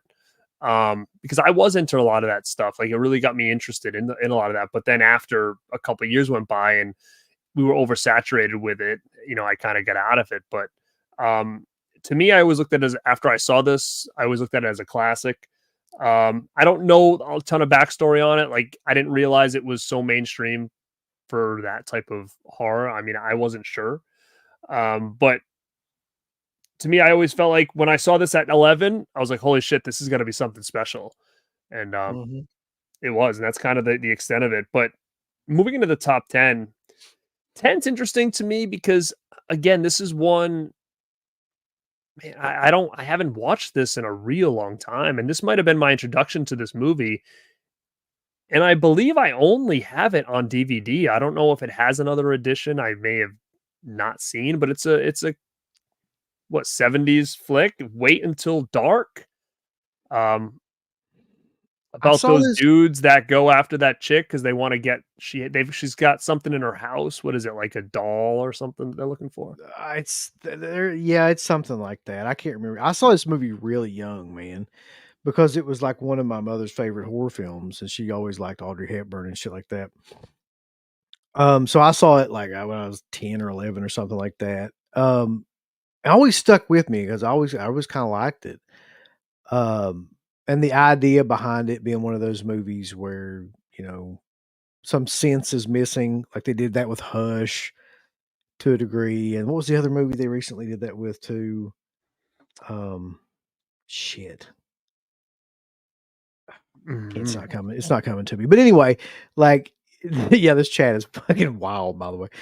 Uh, it is a classic in and of the sense of, like, there's great actors in it, they're all doing a great job. That one of the final sequences where, she cuts all the lights off in the place and everything and to kinda even the field, and, Alan Alda jumps out at her. That's the sequence they talk about in the Oh, show. Don't Breathe. Don't breathe, yeah. Mhm. Yep. Now, does anybody know, does this have any kind of new edition on physical media? Because I really don't think I've got this besides an old DVD of this movie, which is then goes to show when the last time I probably watched this was. Um, but yeah, it was an effective movie for sure. But I always kind of found it interesting that it's at number 10, considering this doesn't get talked about much at all. I feel like. No. I'm wondering, like, it seems like Shudder had it on there too, didn't they? Somewhere. I think they did. I think it was higher up though, because I think they even referred to the same scene too. Yeah, it's number 31 on Shudder's list, so yeah. But it's kind of gained more recognition now because, um, more and more people are kind of catching on to it and watching it, I think, through word of mouth. And it is one of those movies that is definitely like a drama, psychological thriller more so than anything else. Mhm. Yep, There's a I agree. Shout But Blu-ray. Ah, fuck. if you guys haven't seen it, I really recommend checking it out. And also seeing this on this list again, I'm kind of like, you know what, I need to give this thing a rewatch. It's been way too long. Um, let's see. Number one is Congo. Wouldn't that be killer? Yeah. Could be, could be. We'll have to wait and see. We're at number 9, and I'm cool with this. Top 10 is a real good one. Yep. I mean, what can you say? Number 9 is Night of the Living Dead. I mean, what can you say?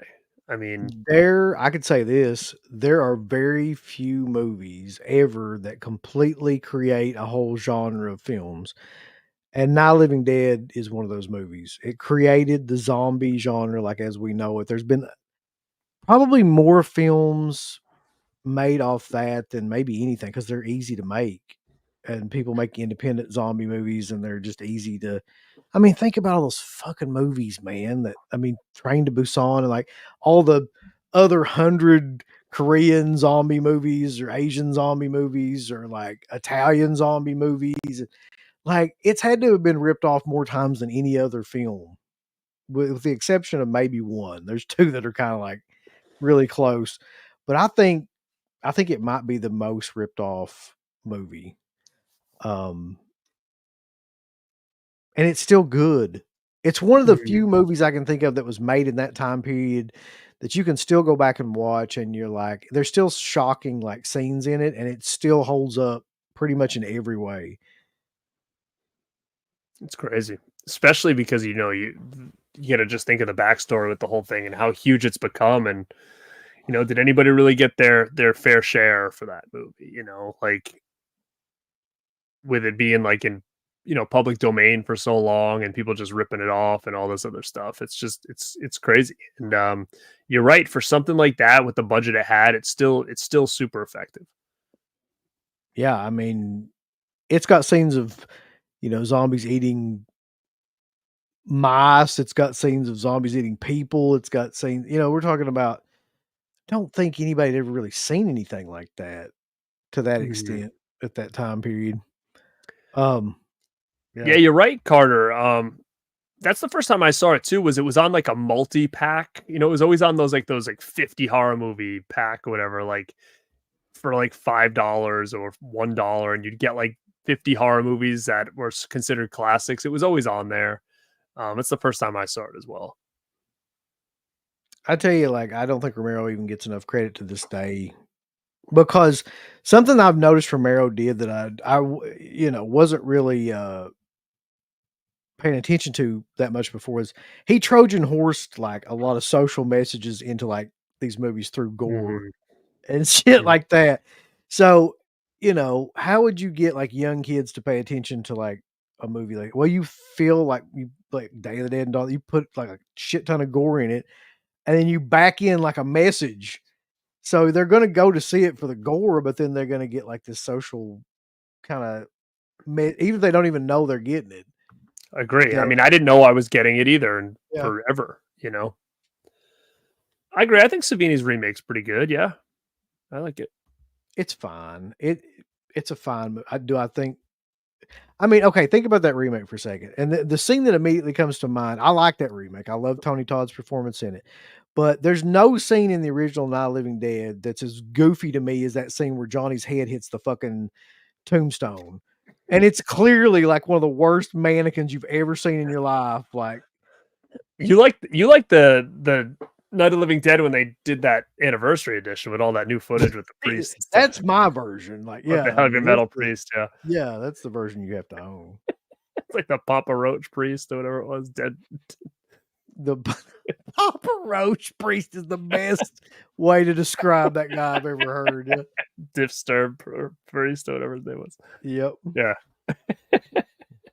Do you realize I didn't even know that existed until we did that show?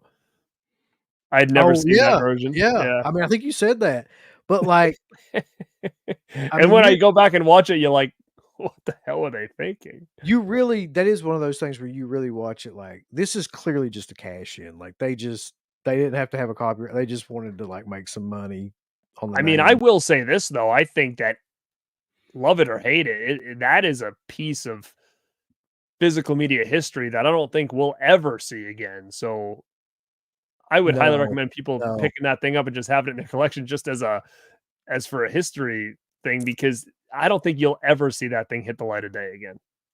Yeah, I think that, like, that's something you could show your grandkids and just be like, "Hey, this exists."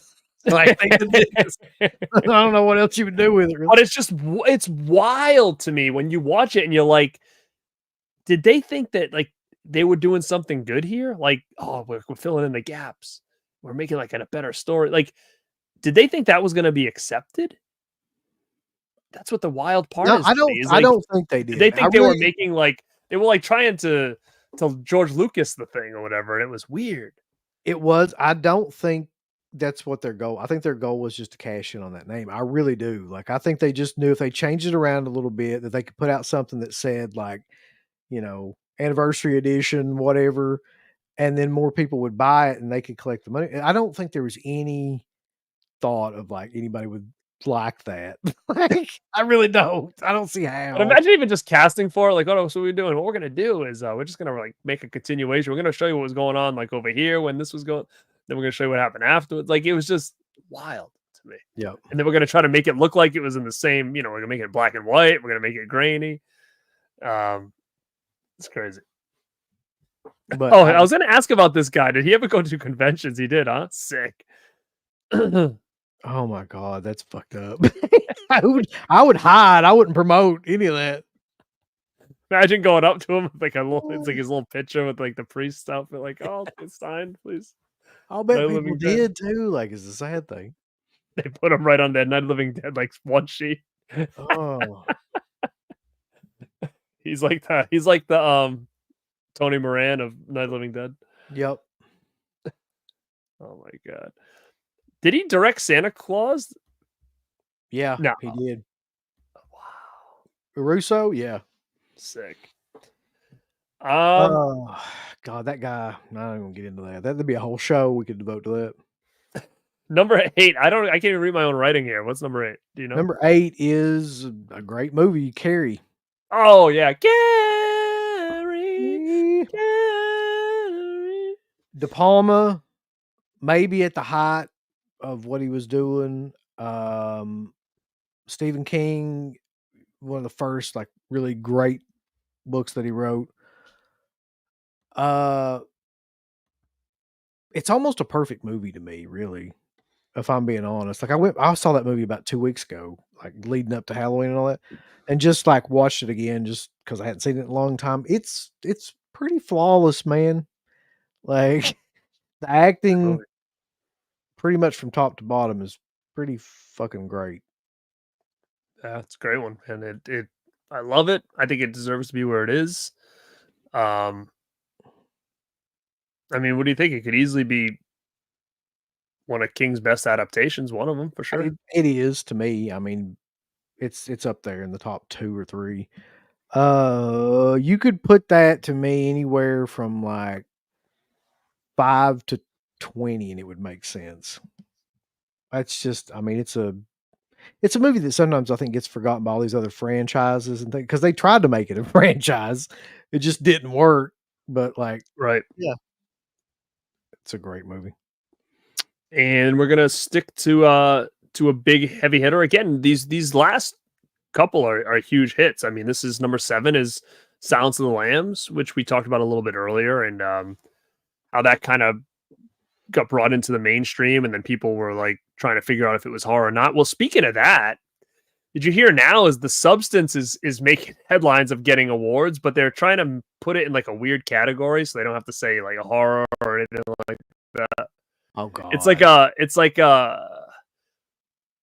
musical comedy or something. Like it's fucking weird. Like who the it's fuck is like, trying to do that? Like the Academy? yeah, I saw it today, like an article or something, because they want don't want it. they want to nominate it for some stuff, and I think they want to get Demi Moore back out there and all this stuff, but they're like, oh, it's going to be listed as a what did they say? I think it said musical comedy. If that's the musical case, comedy. Yeah, yeah. oh my god, dude. Like a musical comedy. Comedy, yeah. What? That's exactly what I think of when I think of The Substance, by the way. The way it registers in my brain. Oh, he said the Golden Globes. Yeah. I hadn't heard that, Why? Because but there was like a little musical number like at the end. that's great though, man. That they're trying to do that just to kind of discredit it, probably. Best musical comedy. It is the best musical comedy you'll ever see. Can you imagine like somebody going into it thinking this is Where's the joke? it's like fucking Mary Poppins. It's just like that. The eyeballs in her eye are like changing from blue to green. They're like, ah! They're like, This is great stuff. look at it change. Oh man. If you haven't seen The Substance, like Mayor's talking about on there, you've got to see that movie. I liked it a lot, man. I've been hearing hype about it, and I was kind of getting nervous because I was like, I don't like when things get overhyped for me. Yeah, and it always And happens. But I watched it twice, man, like already, because it's like I thought it was great. it's the closest thing to Cronenberg that I've seen anybody do, I think. It's like Yeah. if you took Cronenberg and Brian Usner around the time they did Society, Mhm. and you like cram that together, that would be what that movie is. 100%. But Silence of the Lambs is one of my favorite movies. That's a movie that's like a remote dropper like movie for me. Like if it's ever on, I could just drop the remote and just fucking watch it. Like I don't Oh, it's great. yeah, I think that you talk about a well acted movie. There may not be a better acted movie on this whole list, really. Everybody won the Yeah. Academy Award for that fucking movie, I think. Too. Yeah, it's great. And then what's cool about it too is it's like there's everybody talks about Hannibal Lecter, but I mean there was like multiple stories going on here. There was like a lot of like there was a lot of storylines going on here. Everybody had a pot. I was waiting on this to happen, but yeah, it's also one of the most quotable movies too. She a big old fat person. Oh wait, that's one of the greatest, like weird kind of like doesn't belong scenes, but does somehow like just kind of showing the way that the guy thinks. Yeah, I love Manhunter as well. I love that movie so much. yeah. You guys are nuts. But yeah, Silence of the Lambs, I mean, it deserves it. I mean, I don't know where else you would put this. It's good. It's great. You guys are going nuts over there. Yeah. I mean, number 6, same thing. The Shining. I mean, getting this down to the top 5, I really don't know where I would put The Shining other than here. When I see what's in front of it, I'm like, okay, Yep, this makes total sense for me. You're right, because there's no.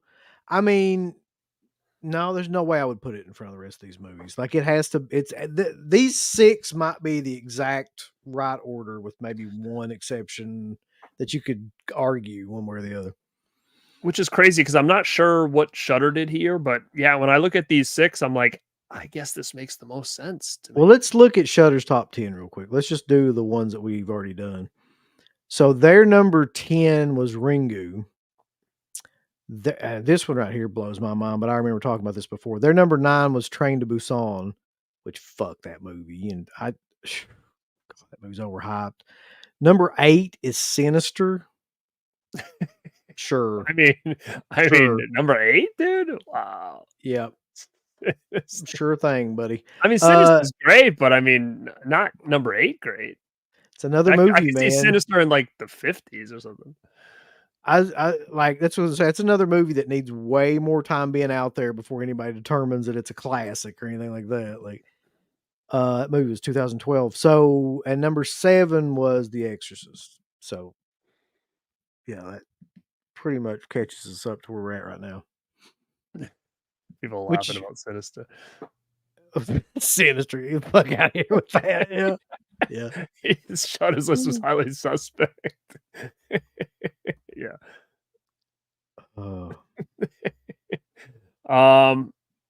Yeah, how's The Shining? I mean, what can you say about it? It's considered a classic, considered one of the best.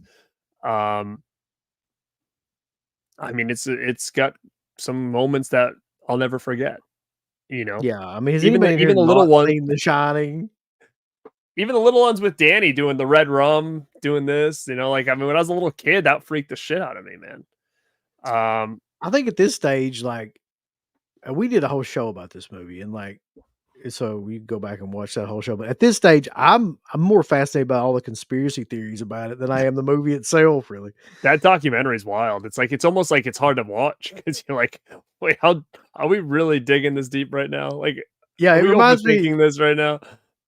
It reminds me. It always reminds me of that documentary of that fucking "It's Always Sunny" episode with Pepe Lope, where he's like, he's got that board and he's connecting all that shit. It's like there's strings to like everything. I never saw that show. Oh, you never seen "It's Always Sunny"? Mm-mm. Well, Everybody just talks about it though. there's a scene in it where like a character like goes basically nuts, like paranoid, and he's you know how you like plot dots and things and Mhm. then you connect it with like wires. He's got like this board up and there's like 4,000 different possible like things and he's trying to explain it.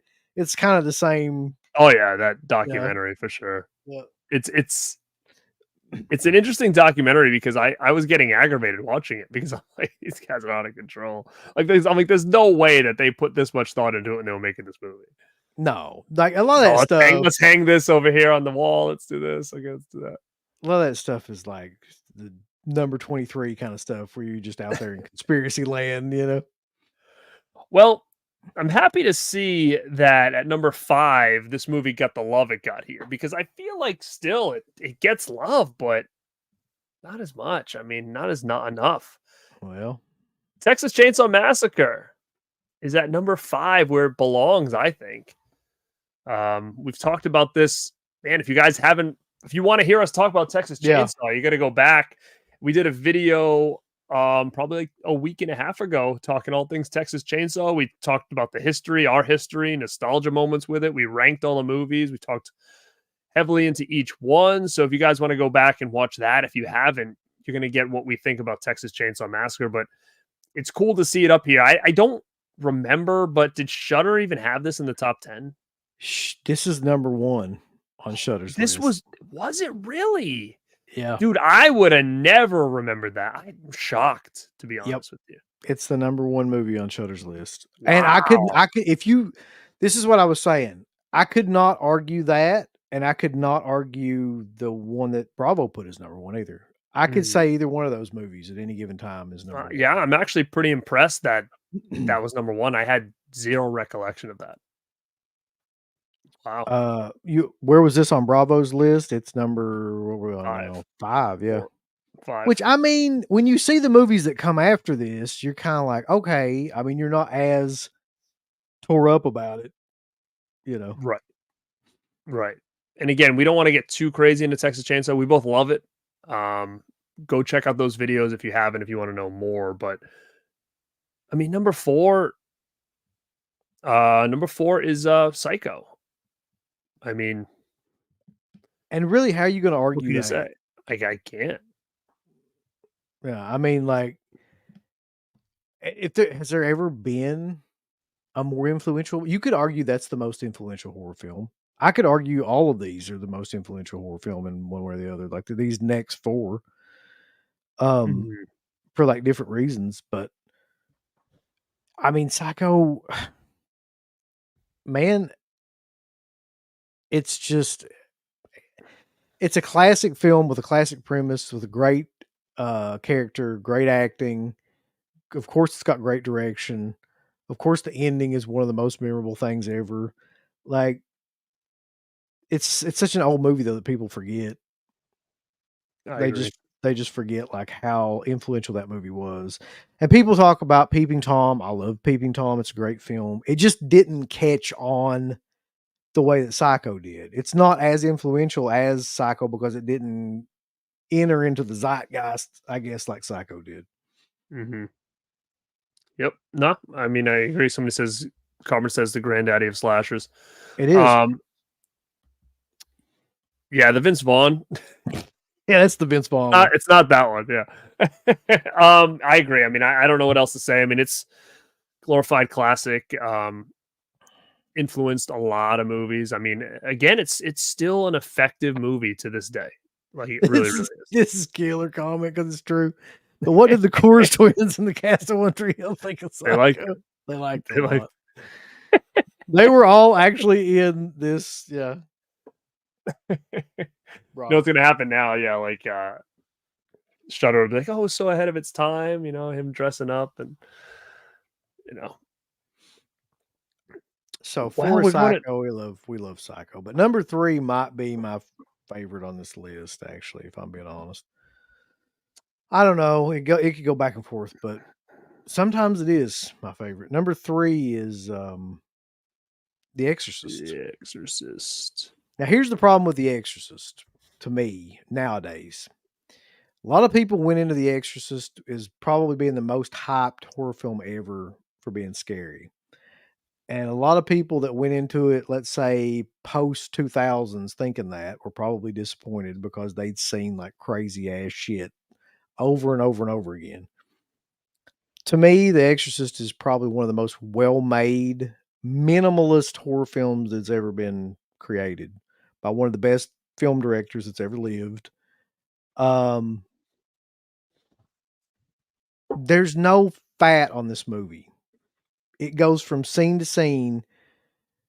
They establish the family in the beginning and like the little girl and the relationship with the mother and what's going on. And then once they've done that and they've got you to kind of buy into that family and like the characters, everything goes crazy. From that point on, every scene is nonstop, just insanity. Mhm. And it's a perfect film, man.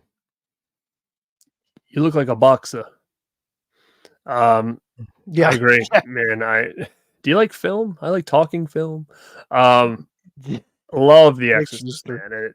It's it's one of my favorite horror movies of all time. It has been since the first time I saw it, and it still is. And I mean, I can even remember when the big hype for it came out in like what was it 99 when they brought it back to theaters. That was a big deal when they did the version you never seen in the theaters for the first time. Yeah. I must have seen it twice in the theater. I was bringing friends, like I was so excited that it was there, and I think everybody that came with me and saw it found it effective. But I have heard a lot of people say it's super boring, you know, and I'm like, is it though? I mean, I get it. I, Like it doesn't really kick on, but I mean, there's so much going on through that story I, that I don't really see how it could be a snail. It's not snail's pace at all. so much stuff has changed since that movie was made. Like so many people have moved away from like organized religion and the church and things like that. I'm sure there are a lot of people that find it boring because a lot of the themes that it deals with. But what it deals with is, good and evil. So I mean that to me is a undying theme.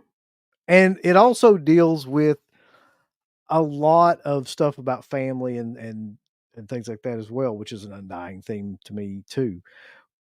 It's just I don't think it has the same effect on people now because people don't they just are not involved in that kind of stuff the way that they were in the '70s. But when this fucking movie came out, man, you gotta think '73 and you're watching stuff like this. They don't even put stuff like this in movies now. They wouldn't even No, try to that put. crucifix scene is never I don't think that anybody's had the balls to replicate something like that. I mean, that's even astounding that that was even allowed in Yeah. that movie Well, I at mean, all. and think about it. Like, if you were realistically wanting to portray what would happen if a demon or even the devil himself took over like somebody, what would they do? It would be shit like that, right? Like it wouldn't be PC. Like it wouldn't be like you wouldn't have a PG fucking rating on it. Like that would be the kind of stuff that would happen. It's like a timid devil, like he just like goes a little bit. Yeah, Um, yeah. but He's just like a toe in the water. He's a very woke demon. Yeah. but that's the thing. Like some of those scenes is just you got to remember this girl was she was portraying. I mean, I don't know how old she was in the movie. Literally, was she She under? was 12 in the movie. Yeah. And think about that. Think about that scene they had her do at 12 years old. A scene that they wouldn't that they have never even had an adult do on film. Yep. I mean, I remember when I saw that for the first time, that scene alone, I was like, "What the fuck is gonna happen here? What's going on? If they did this already, like, what the hell else is there to come?" It's You a know, it movie, yeah, it's a movie where, like, I love movies like this too, and I say this all the time. I like a movie where you feel like the person knows what they're doing, but you also feel like that you don't feel safe. You feel like that, like, they could go any direction with it. Like, and, you don't feel like that something that you can expect is gonna happen. even other things like that don't even have to do with that whole her being possessed is like I find the scenes of her at the in the hospital in the doctor's office Oh, super yeah. uncomfortable. Yeah, With that man, I sticking mean, the needle in her neck and, like, all the blood like, that's still yeah, I have a tough time even, like, stomaching that, those are tough scenes too of her, like, swearing and, her in the going into the machine or whatever, like, all that shit. yeah, Um, and then just a gradual kinda build of that too, to where it just starts off with, like, little things of her kinda cursing, and then it gets to the point where, she's sitting up in the bed and her head spins around like, mhm. looking backwards at her. Yeah, I mean, the PC Pazuzu. I made a sandwich in hell. Where's the woke, creepy Kentuckian when you need him? Your We need mother him made a right sandwich now. in hell. Oh god. I think when Linda Blair didn't Linda Blair do it in Repossessed? She was like, "Your mother sews socks in hell," or something like that. She changed the line. Oh my god. Oh god. The PC Pazoo new T-shirt. The PC Pazuzu. I think number 2 might get some shit though, man. I I think number agree. 2, I agree. we'll see. We'll see. And it's Alien, the OG. Now, this is just me. This movie scares the shit out of me still. Oh, wait, that though I've talked about this 100 times before. The face huggers are probably the scariest thing to me in any movie. Yes. Yeah. I can't do it with those fucking things. They're freaking creepy. The legs, the Yep. wraps around your face, puts that shit down your throat, wraps around your throat with the tail, and the whole thing. It's I can't stomach it. It's scary, man. I mean, that him just laying there with that thing on his face Yep. and whatever the hell was going on there, and it's It's face raping him. Yep. Graping him. yeah, Yeah. yeah. I mean, this is talking not even we're not even talking about the mother alien here. Like we're not even at that point yet. So Dude, if I'd have known you had this much of a version of these things, I should have bought you one of those little, like, test tube things that I saw at that convention that had the alien face huggers in them, well, I and just have this send it thing. to you. This thing's on my desk here. It's still a little bit uneasy. Yeah. Yeah, it I don't was like it. similar to that, except it had, like, the liquid in it, and the thing was actually in it. It Yeah, looked no, like it was, I don't like it. But the more lifelike ones are the really those like people keep sending me pictures of like NECA came out with like a 1-to-1 scale. I'm like, don't even send me this. I don't even want to see just buy it for you. it. So yeah, I Alien don't like Alien, I still go back and forth with this Alien a horror film. Like, Alien to me seems like a science fiction film. It's got elements of horror, but it seems like science fiction first. So I don't know. Is it an effective film? Yeah. It's another movie too where like you forget like how shocking it was to see something like that at the time period that it came out. Um, because I know it was shocking when I fucking saw it in like the 80s. So Mhm. the little thing popping out there. That is still, by the way, a great effect when the chest burster comes out and it's just sitting there, Yeah. and its little tails curled up. And it's like hissing. Yeah. I mean that whole scene is is hard to watch because it's the tension. You know something's about to happen, and they're all kind of looking around, waiting. Basically, they're like, okay, something's gonna happen here, and just you're just sitting there waiting for something to happen with this dude, and then you think he's okay, and then it's a whole thing. But I think I'm cool with Alien being at 2. I mean, I totally cool with that. Yeah. Um, It's got but a yeah, great it's got a great ending too, where they're going around and trying to, figure out where it's at and all that stuff. And then like There's the one scene where there's the actual guy, like, in the big alien suit. I think it was the guy that Mhm. was in Predator, wasn't it? Kevin Peter Hall or whatever his name was. I think it's the same guy Was it? I who didn't know. who who played that. It seems like I read that somewhere. But Did you know anyway, that it made Van me Damme was supposed to play the Predator? yeah, Oh, there's actual footage of that, I think. Yeah, yeah, it is, yeah. which is So just sick. ridiculous. Yeah. But, But, real quick, I wanna catch everybody up on what Shudder's list was yeah. here. So, moving from, like, 5 to the number 2 position, it would have been, Psycho was 5 on their list. Audition was 4 on their list. Hereditary was I can't even say that. Hereditary was 3. The Thing Hmm. was number 2. I think that movie has gotten a lot more popular Oh, over the yeah, since years. then. Yeah, I agree. Uh, and I think I'd already mentioned Texas Chainsaw was number Hmm. 1, That is so an yeah. interesting top 5 though, for sure. Yeah. So Alien got wasn't even in there. No, not on that. Not there anyway. Let's see, where did they put Alien? They had to put it on here. Yeah, it was number 11. Okay.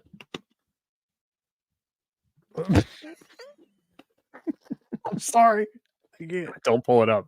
I'm not pulling it up. Alright, the number Uh, 1, people are like, "What could be number 1?" Number 1 is Jaws, which I don't know who can really be pissed about that. somebody will argue it. I don't think you can argue that movie could be number 1. Um, that's another one though, man. I don't know if you are this way, but like whenever that movie is on, I watch it. I just 100%. stop whatever I'm doing and watch it. So So good. It's amazing, and you said you wanted to mention something once we got here. What was it? for people that haven't seen this, I don't know how new this is. There is a documentary about John Williams. I don't know how old or new it is, but it's talking about his life and all the movies that he's scored and things like that as a composer.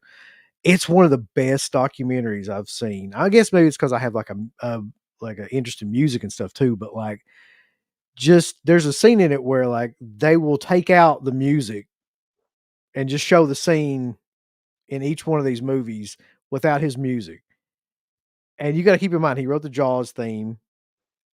Think about this for a minute. He wrote the Jaws theme. He wrote the Star Wars theme. He wrote the Close Encounters theme. He wrote the Jurassic Park theme. He wrote the Home Alone theme. He he wrote the Schindler's List theme. He wrote the Monday Night Football theme. He wrote the NBC News theme. Wow. I mean, it goes on and on and on. But anyway, they take out the parts. The Raiders of the Lost Ark theme too, by the way. They take out like his music and just show the scenes, and you're just like watching Jaws, without that music, and it's not Mhm. anything at all like what it would be when he adds that in there.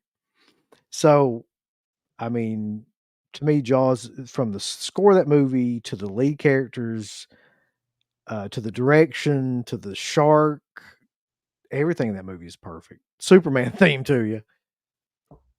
I agree. I mean, I can't deny it.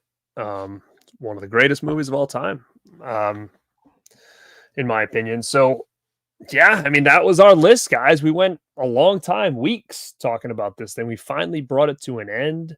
And I think it ended on a good note. I mean, there was some shaky ones up at the top end of this list that we were kind of laughing at and discussing and debating about. But I think once we got into this top 20, I think we pretty much agreed on a lot of this stuff, and so did the chat. So, I mean, that was the Bravo's 100 Scariest Movie Moments from 2004, and I know you guys want us to do our own list, or is there any other type of things like this out there? We did Shutter, we did this one. I think that's it, right? They didn't really have a big deal one besides like every year where they'll do it in like Variety or something like that, right? Yeah, I don't think they. It's weird because they did something this year that was similar to this. It was on like AMC or whatever. Did you see that? No. It, yeah, I can't remember the name of it, but they did something similar to it. It had like maybe 5 episodes though, and it wasn't nearly as good as these list shows were. But yeah, Oh yeah, there was a 30th even scarier movie. Yeah, there Moment. was. Make a part Yeah. 2. I know everybody said we should do our own list, but Yeah. it's just an undertaking, it really is. Like, it would take a while. Because I mean, you could look at these and change these, but because we have such different opinions and taste, I think that we'd have so much stuff that's randomly thrown in there. Yeah. So I don't know. I don't Maybe know, like, how we would do that, man, but I would love to attempt it at some point. I'm not sure. We'd have to come up with some way to do it. It would be an undertaking that would take months, probably. I mean, we could do like he said, we could do 25. That would be a lot easier. Each do 25, see if they match. Or look at each other's and maybe come up with a one solid list. 25 seems pretty good. Yeah, I think 25 is doable. Like, we could all make our own list and just kinda see what pops up over and over. Yeah, we could probably do that. I think that's the easiest way to do it. I wouldn't be, against doing the 30 or whatever more scarier movie moments or whatever the heck they did. Yeah. I wouldn't be against doing that in a couple weeks, perhaps maybe before the end of the year. But yeah, I mean, what do you got going on you guys? You guys are pumping a lot of stuff out. Um, Such a good team over there. Everybody's doing their own little jobs, you know what I mean? yeah, that's true. Like, we've got, like, our own little, like, pockets of people that are all doing, like, different stuff. So we got the Dead Pit is Watching thing that comes out about once every, like, couple of weeks now, where it's just like the review show where we review, like, a lot of Mhm. movies. That's That's a coming good out. one. That's a good idea. We've got, Friday Night Lives, which is a great show with me and Mark and Rambo that comes out every Friday at 10. Um, and then what the fuck is there? I don't think there's any shows lined up or anything like that. Well, I know we talked about this week we're gonna do the trick or treat multi Oh unboxing yeah, I mean showcase show. that's gonna happen whenever we get our shit in for sure. Which I'm hoping is Monday. I want it's tomorrow. Mhm. So So yeah, you'll see that this week. I've got some list videos coming up. I just did an overlooked 10 overlooked movies from the 90s. I got a werewolf top 10 favorite werewolf movies coming out. Um, the greatest heavy metal horror movies. I have that one damn. coming out to coincide with the trick or treat. Um, yeah, I mean that's it. And then obviously any kind of streams I do, just Q&As or haul streams. I got a bunch of new stuff here. Um, I just got a thing today with Frogman, WNUF 2, Deathstalker, a little TerraVision box. Did you end up getting Tenant? Oh yeah. You have it? You did. Yeah, I got it. I was gonna grab it, but yeah. Like, I think that's one of my contenders for the best packaging of, I like, the I year. have the Blu-ray from Scream, and I was like, I guess I'm good with this. And I went to a convention, and they had Tenet on the table, and I looked at it, and I was playing with it, and I was like, oh shit, I need this. Yep. So that's what happened. I mean, It's it pretty really is. badass. Oh man.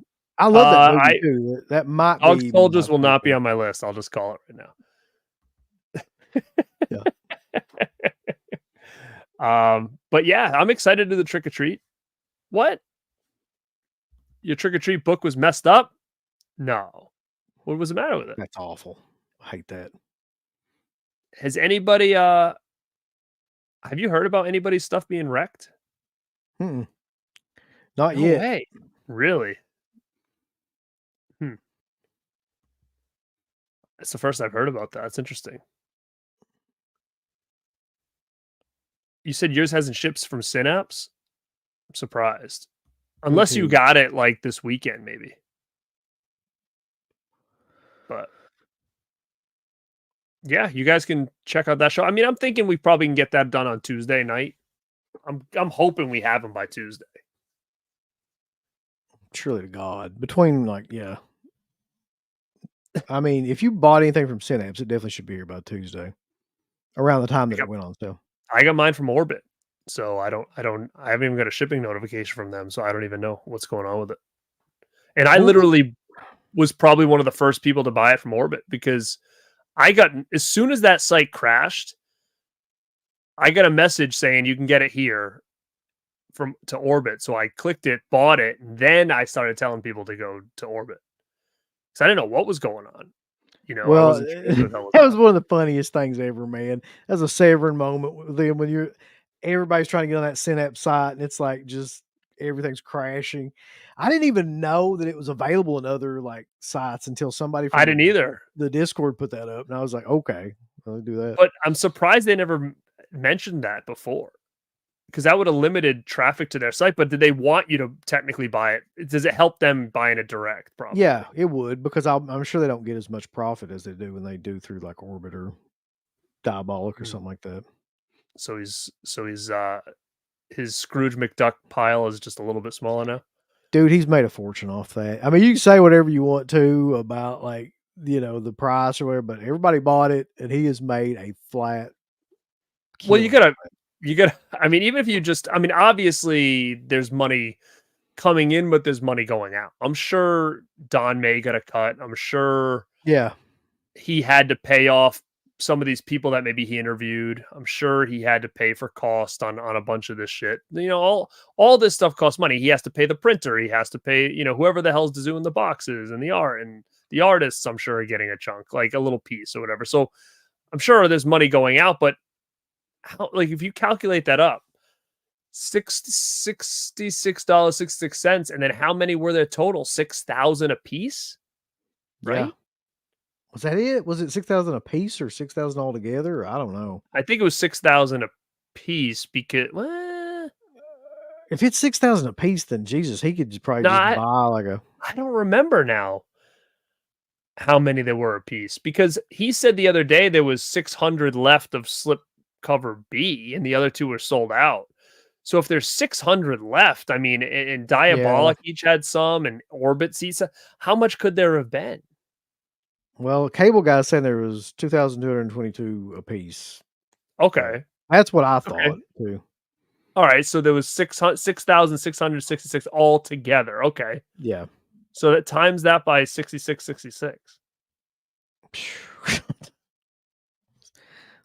Somebody will do it before I can even get my calculator up. So just go ahead. Calculate that. Calculate it. Sippy is sipping wine in a silk robe, watching the stream and by his jacuzzi. Yeah.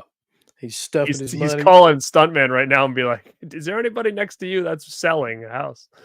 Can I get some German? He's gonna move in his All right. So Stuntman's neighborhood. 66 times he made 666. 6,666. He made the That's all. 444,355. Yep. Nice. Yep. So let's assume he made half of that. It's good. He still just made like $222,000. On one release. Yeah. I mean, Sick. that's a low estimate. That's assuming that like everything else took half of like what the rest of his profit was. So yeah. Oh, is it? You know what he should do on his desk? He should, next time he goes live, he should be sitting on like a little throne on his computer. Like a gold chair with like velvet on it Yep. and stuff. He's so killer. Oh, dude. It's like, here you go, Don May, $666 for you. Mhm.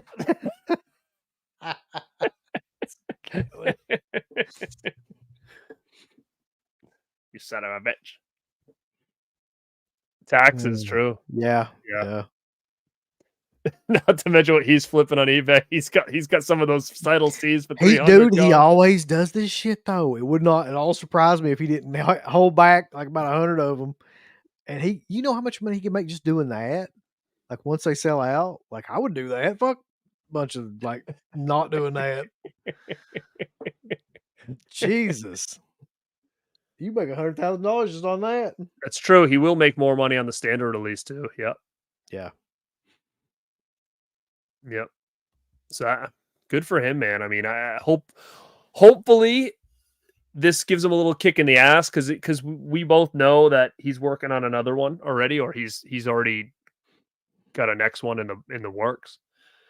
And hopefully it kicks him in the butt to be like, you know what, like some real shit could happen here. So let's get these things going, I think now he wasn't sure, and he was still doing jobs and he was still trying to do this, but he had other jobs coming in. So his focus couldn't be primarily on this. It had to be on this. And plus these other people that were paying him on the side, to fund something like this, right? Like these other companies that he was doing work for. Yeah. I mean, and now when he sees this, he might be like, fuck it, I'm going to concentrate on my own shit for a little while. I think that's what he kind of alluded to in that. He kind of alluded to that wouldn't be the case the next time he puts something out. Like he would, I think he's going to focus more on these releases than he is on all the other companies that have him doing stuff. To me, the only thing that would top that probably at this point is if he got like Fright Night 2, or if he got like if he had something to do with the Nightmare on Elm Street set or something, which we all know is coming out. Imagine Nightmare on Elm Street box set red shirt pictures. Yeah, but I don't think that that's going to be the case. He's got a better chance of doing Fright Night 2 than he does. Yeah.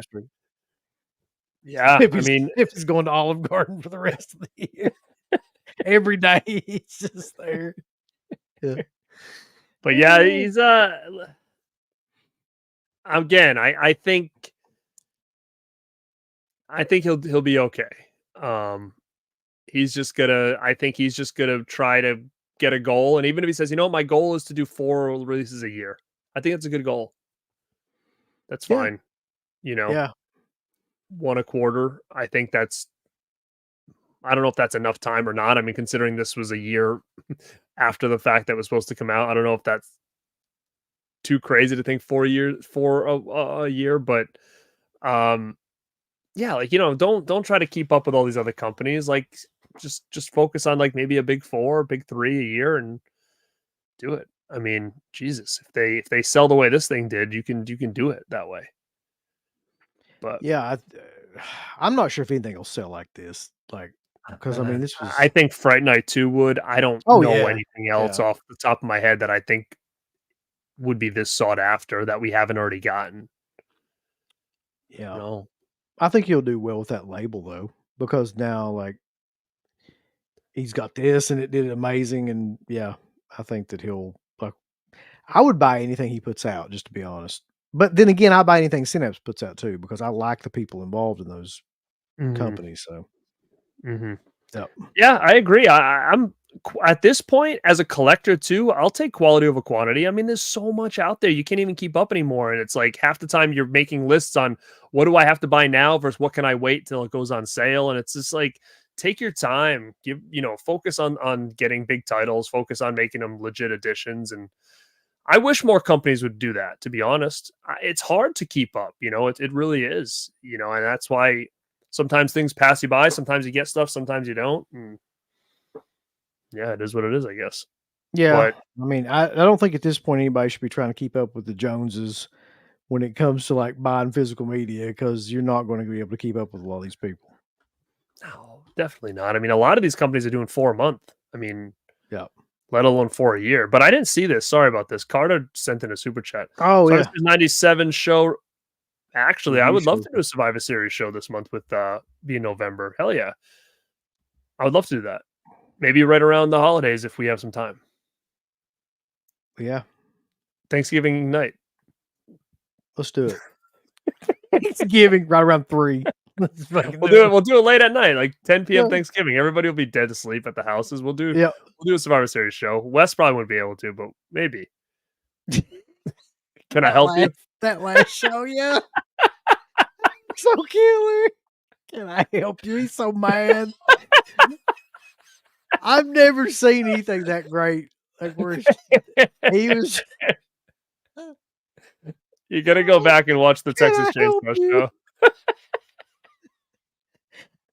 She was so big. like he's working out like a store on his service desk. May I help you with something? Oh, that was so great. Because he's just sitting there and you can tell there's something bothering him. He doesn't say anything about it. And then all of a sudden, out of nowhere, he's like, anything I can help you with? Or something like that. People in the chat are like, what the hell are you guys laughing? Oh, God. Can I help you with something? What was that? Texas Chainsaw, right? You got to go back and watch the Texas Chainsaw show if you want to know what we're talking about. It's priceless.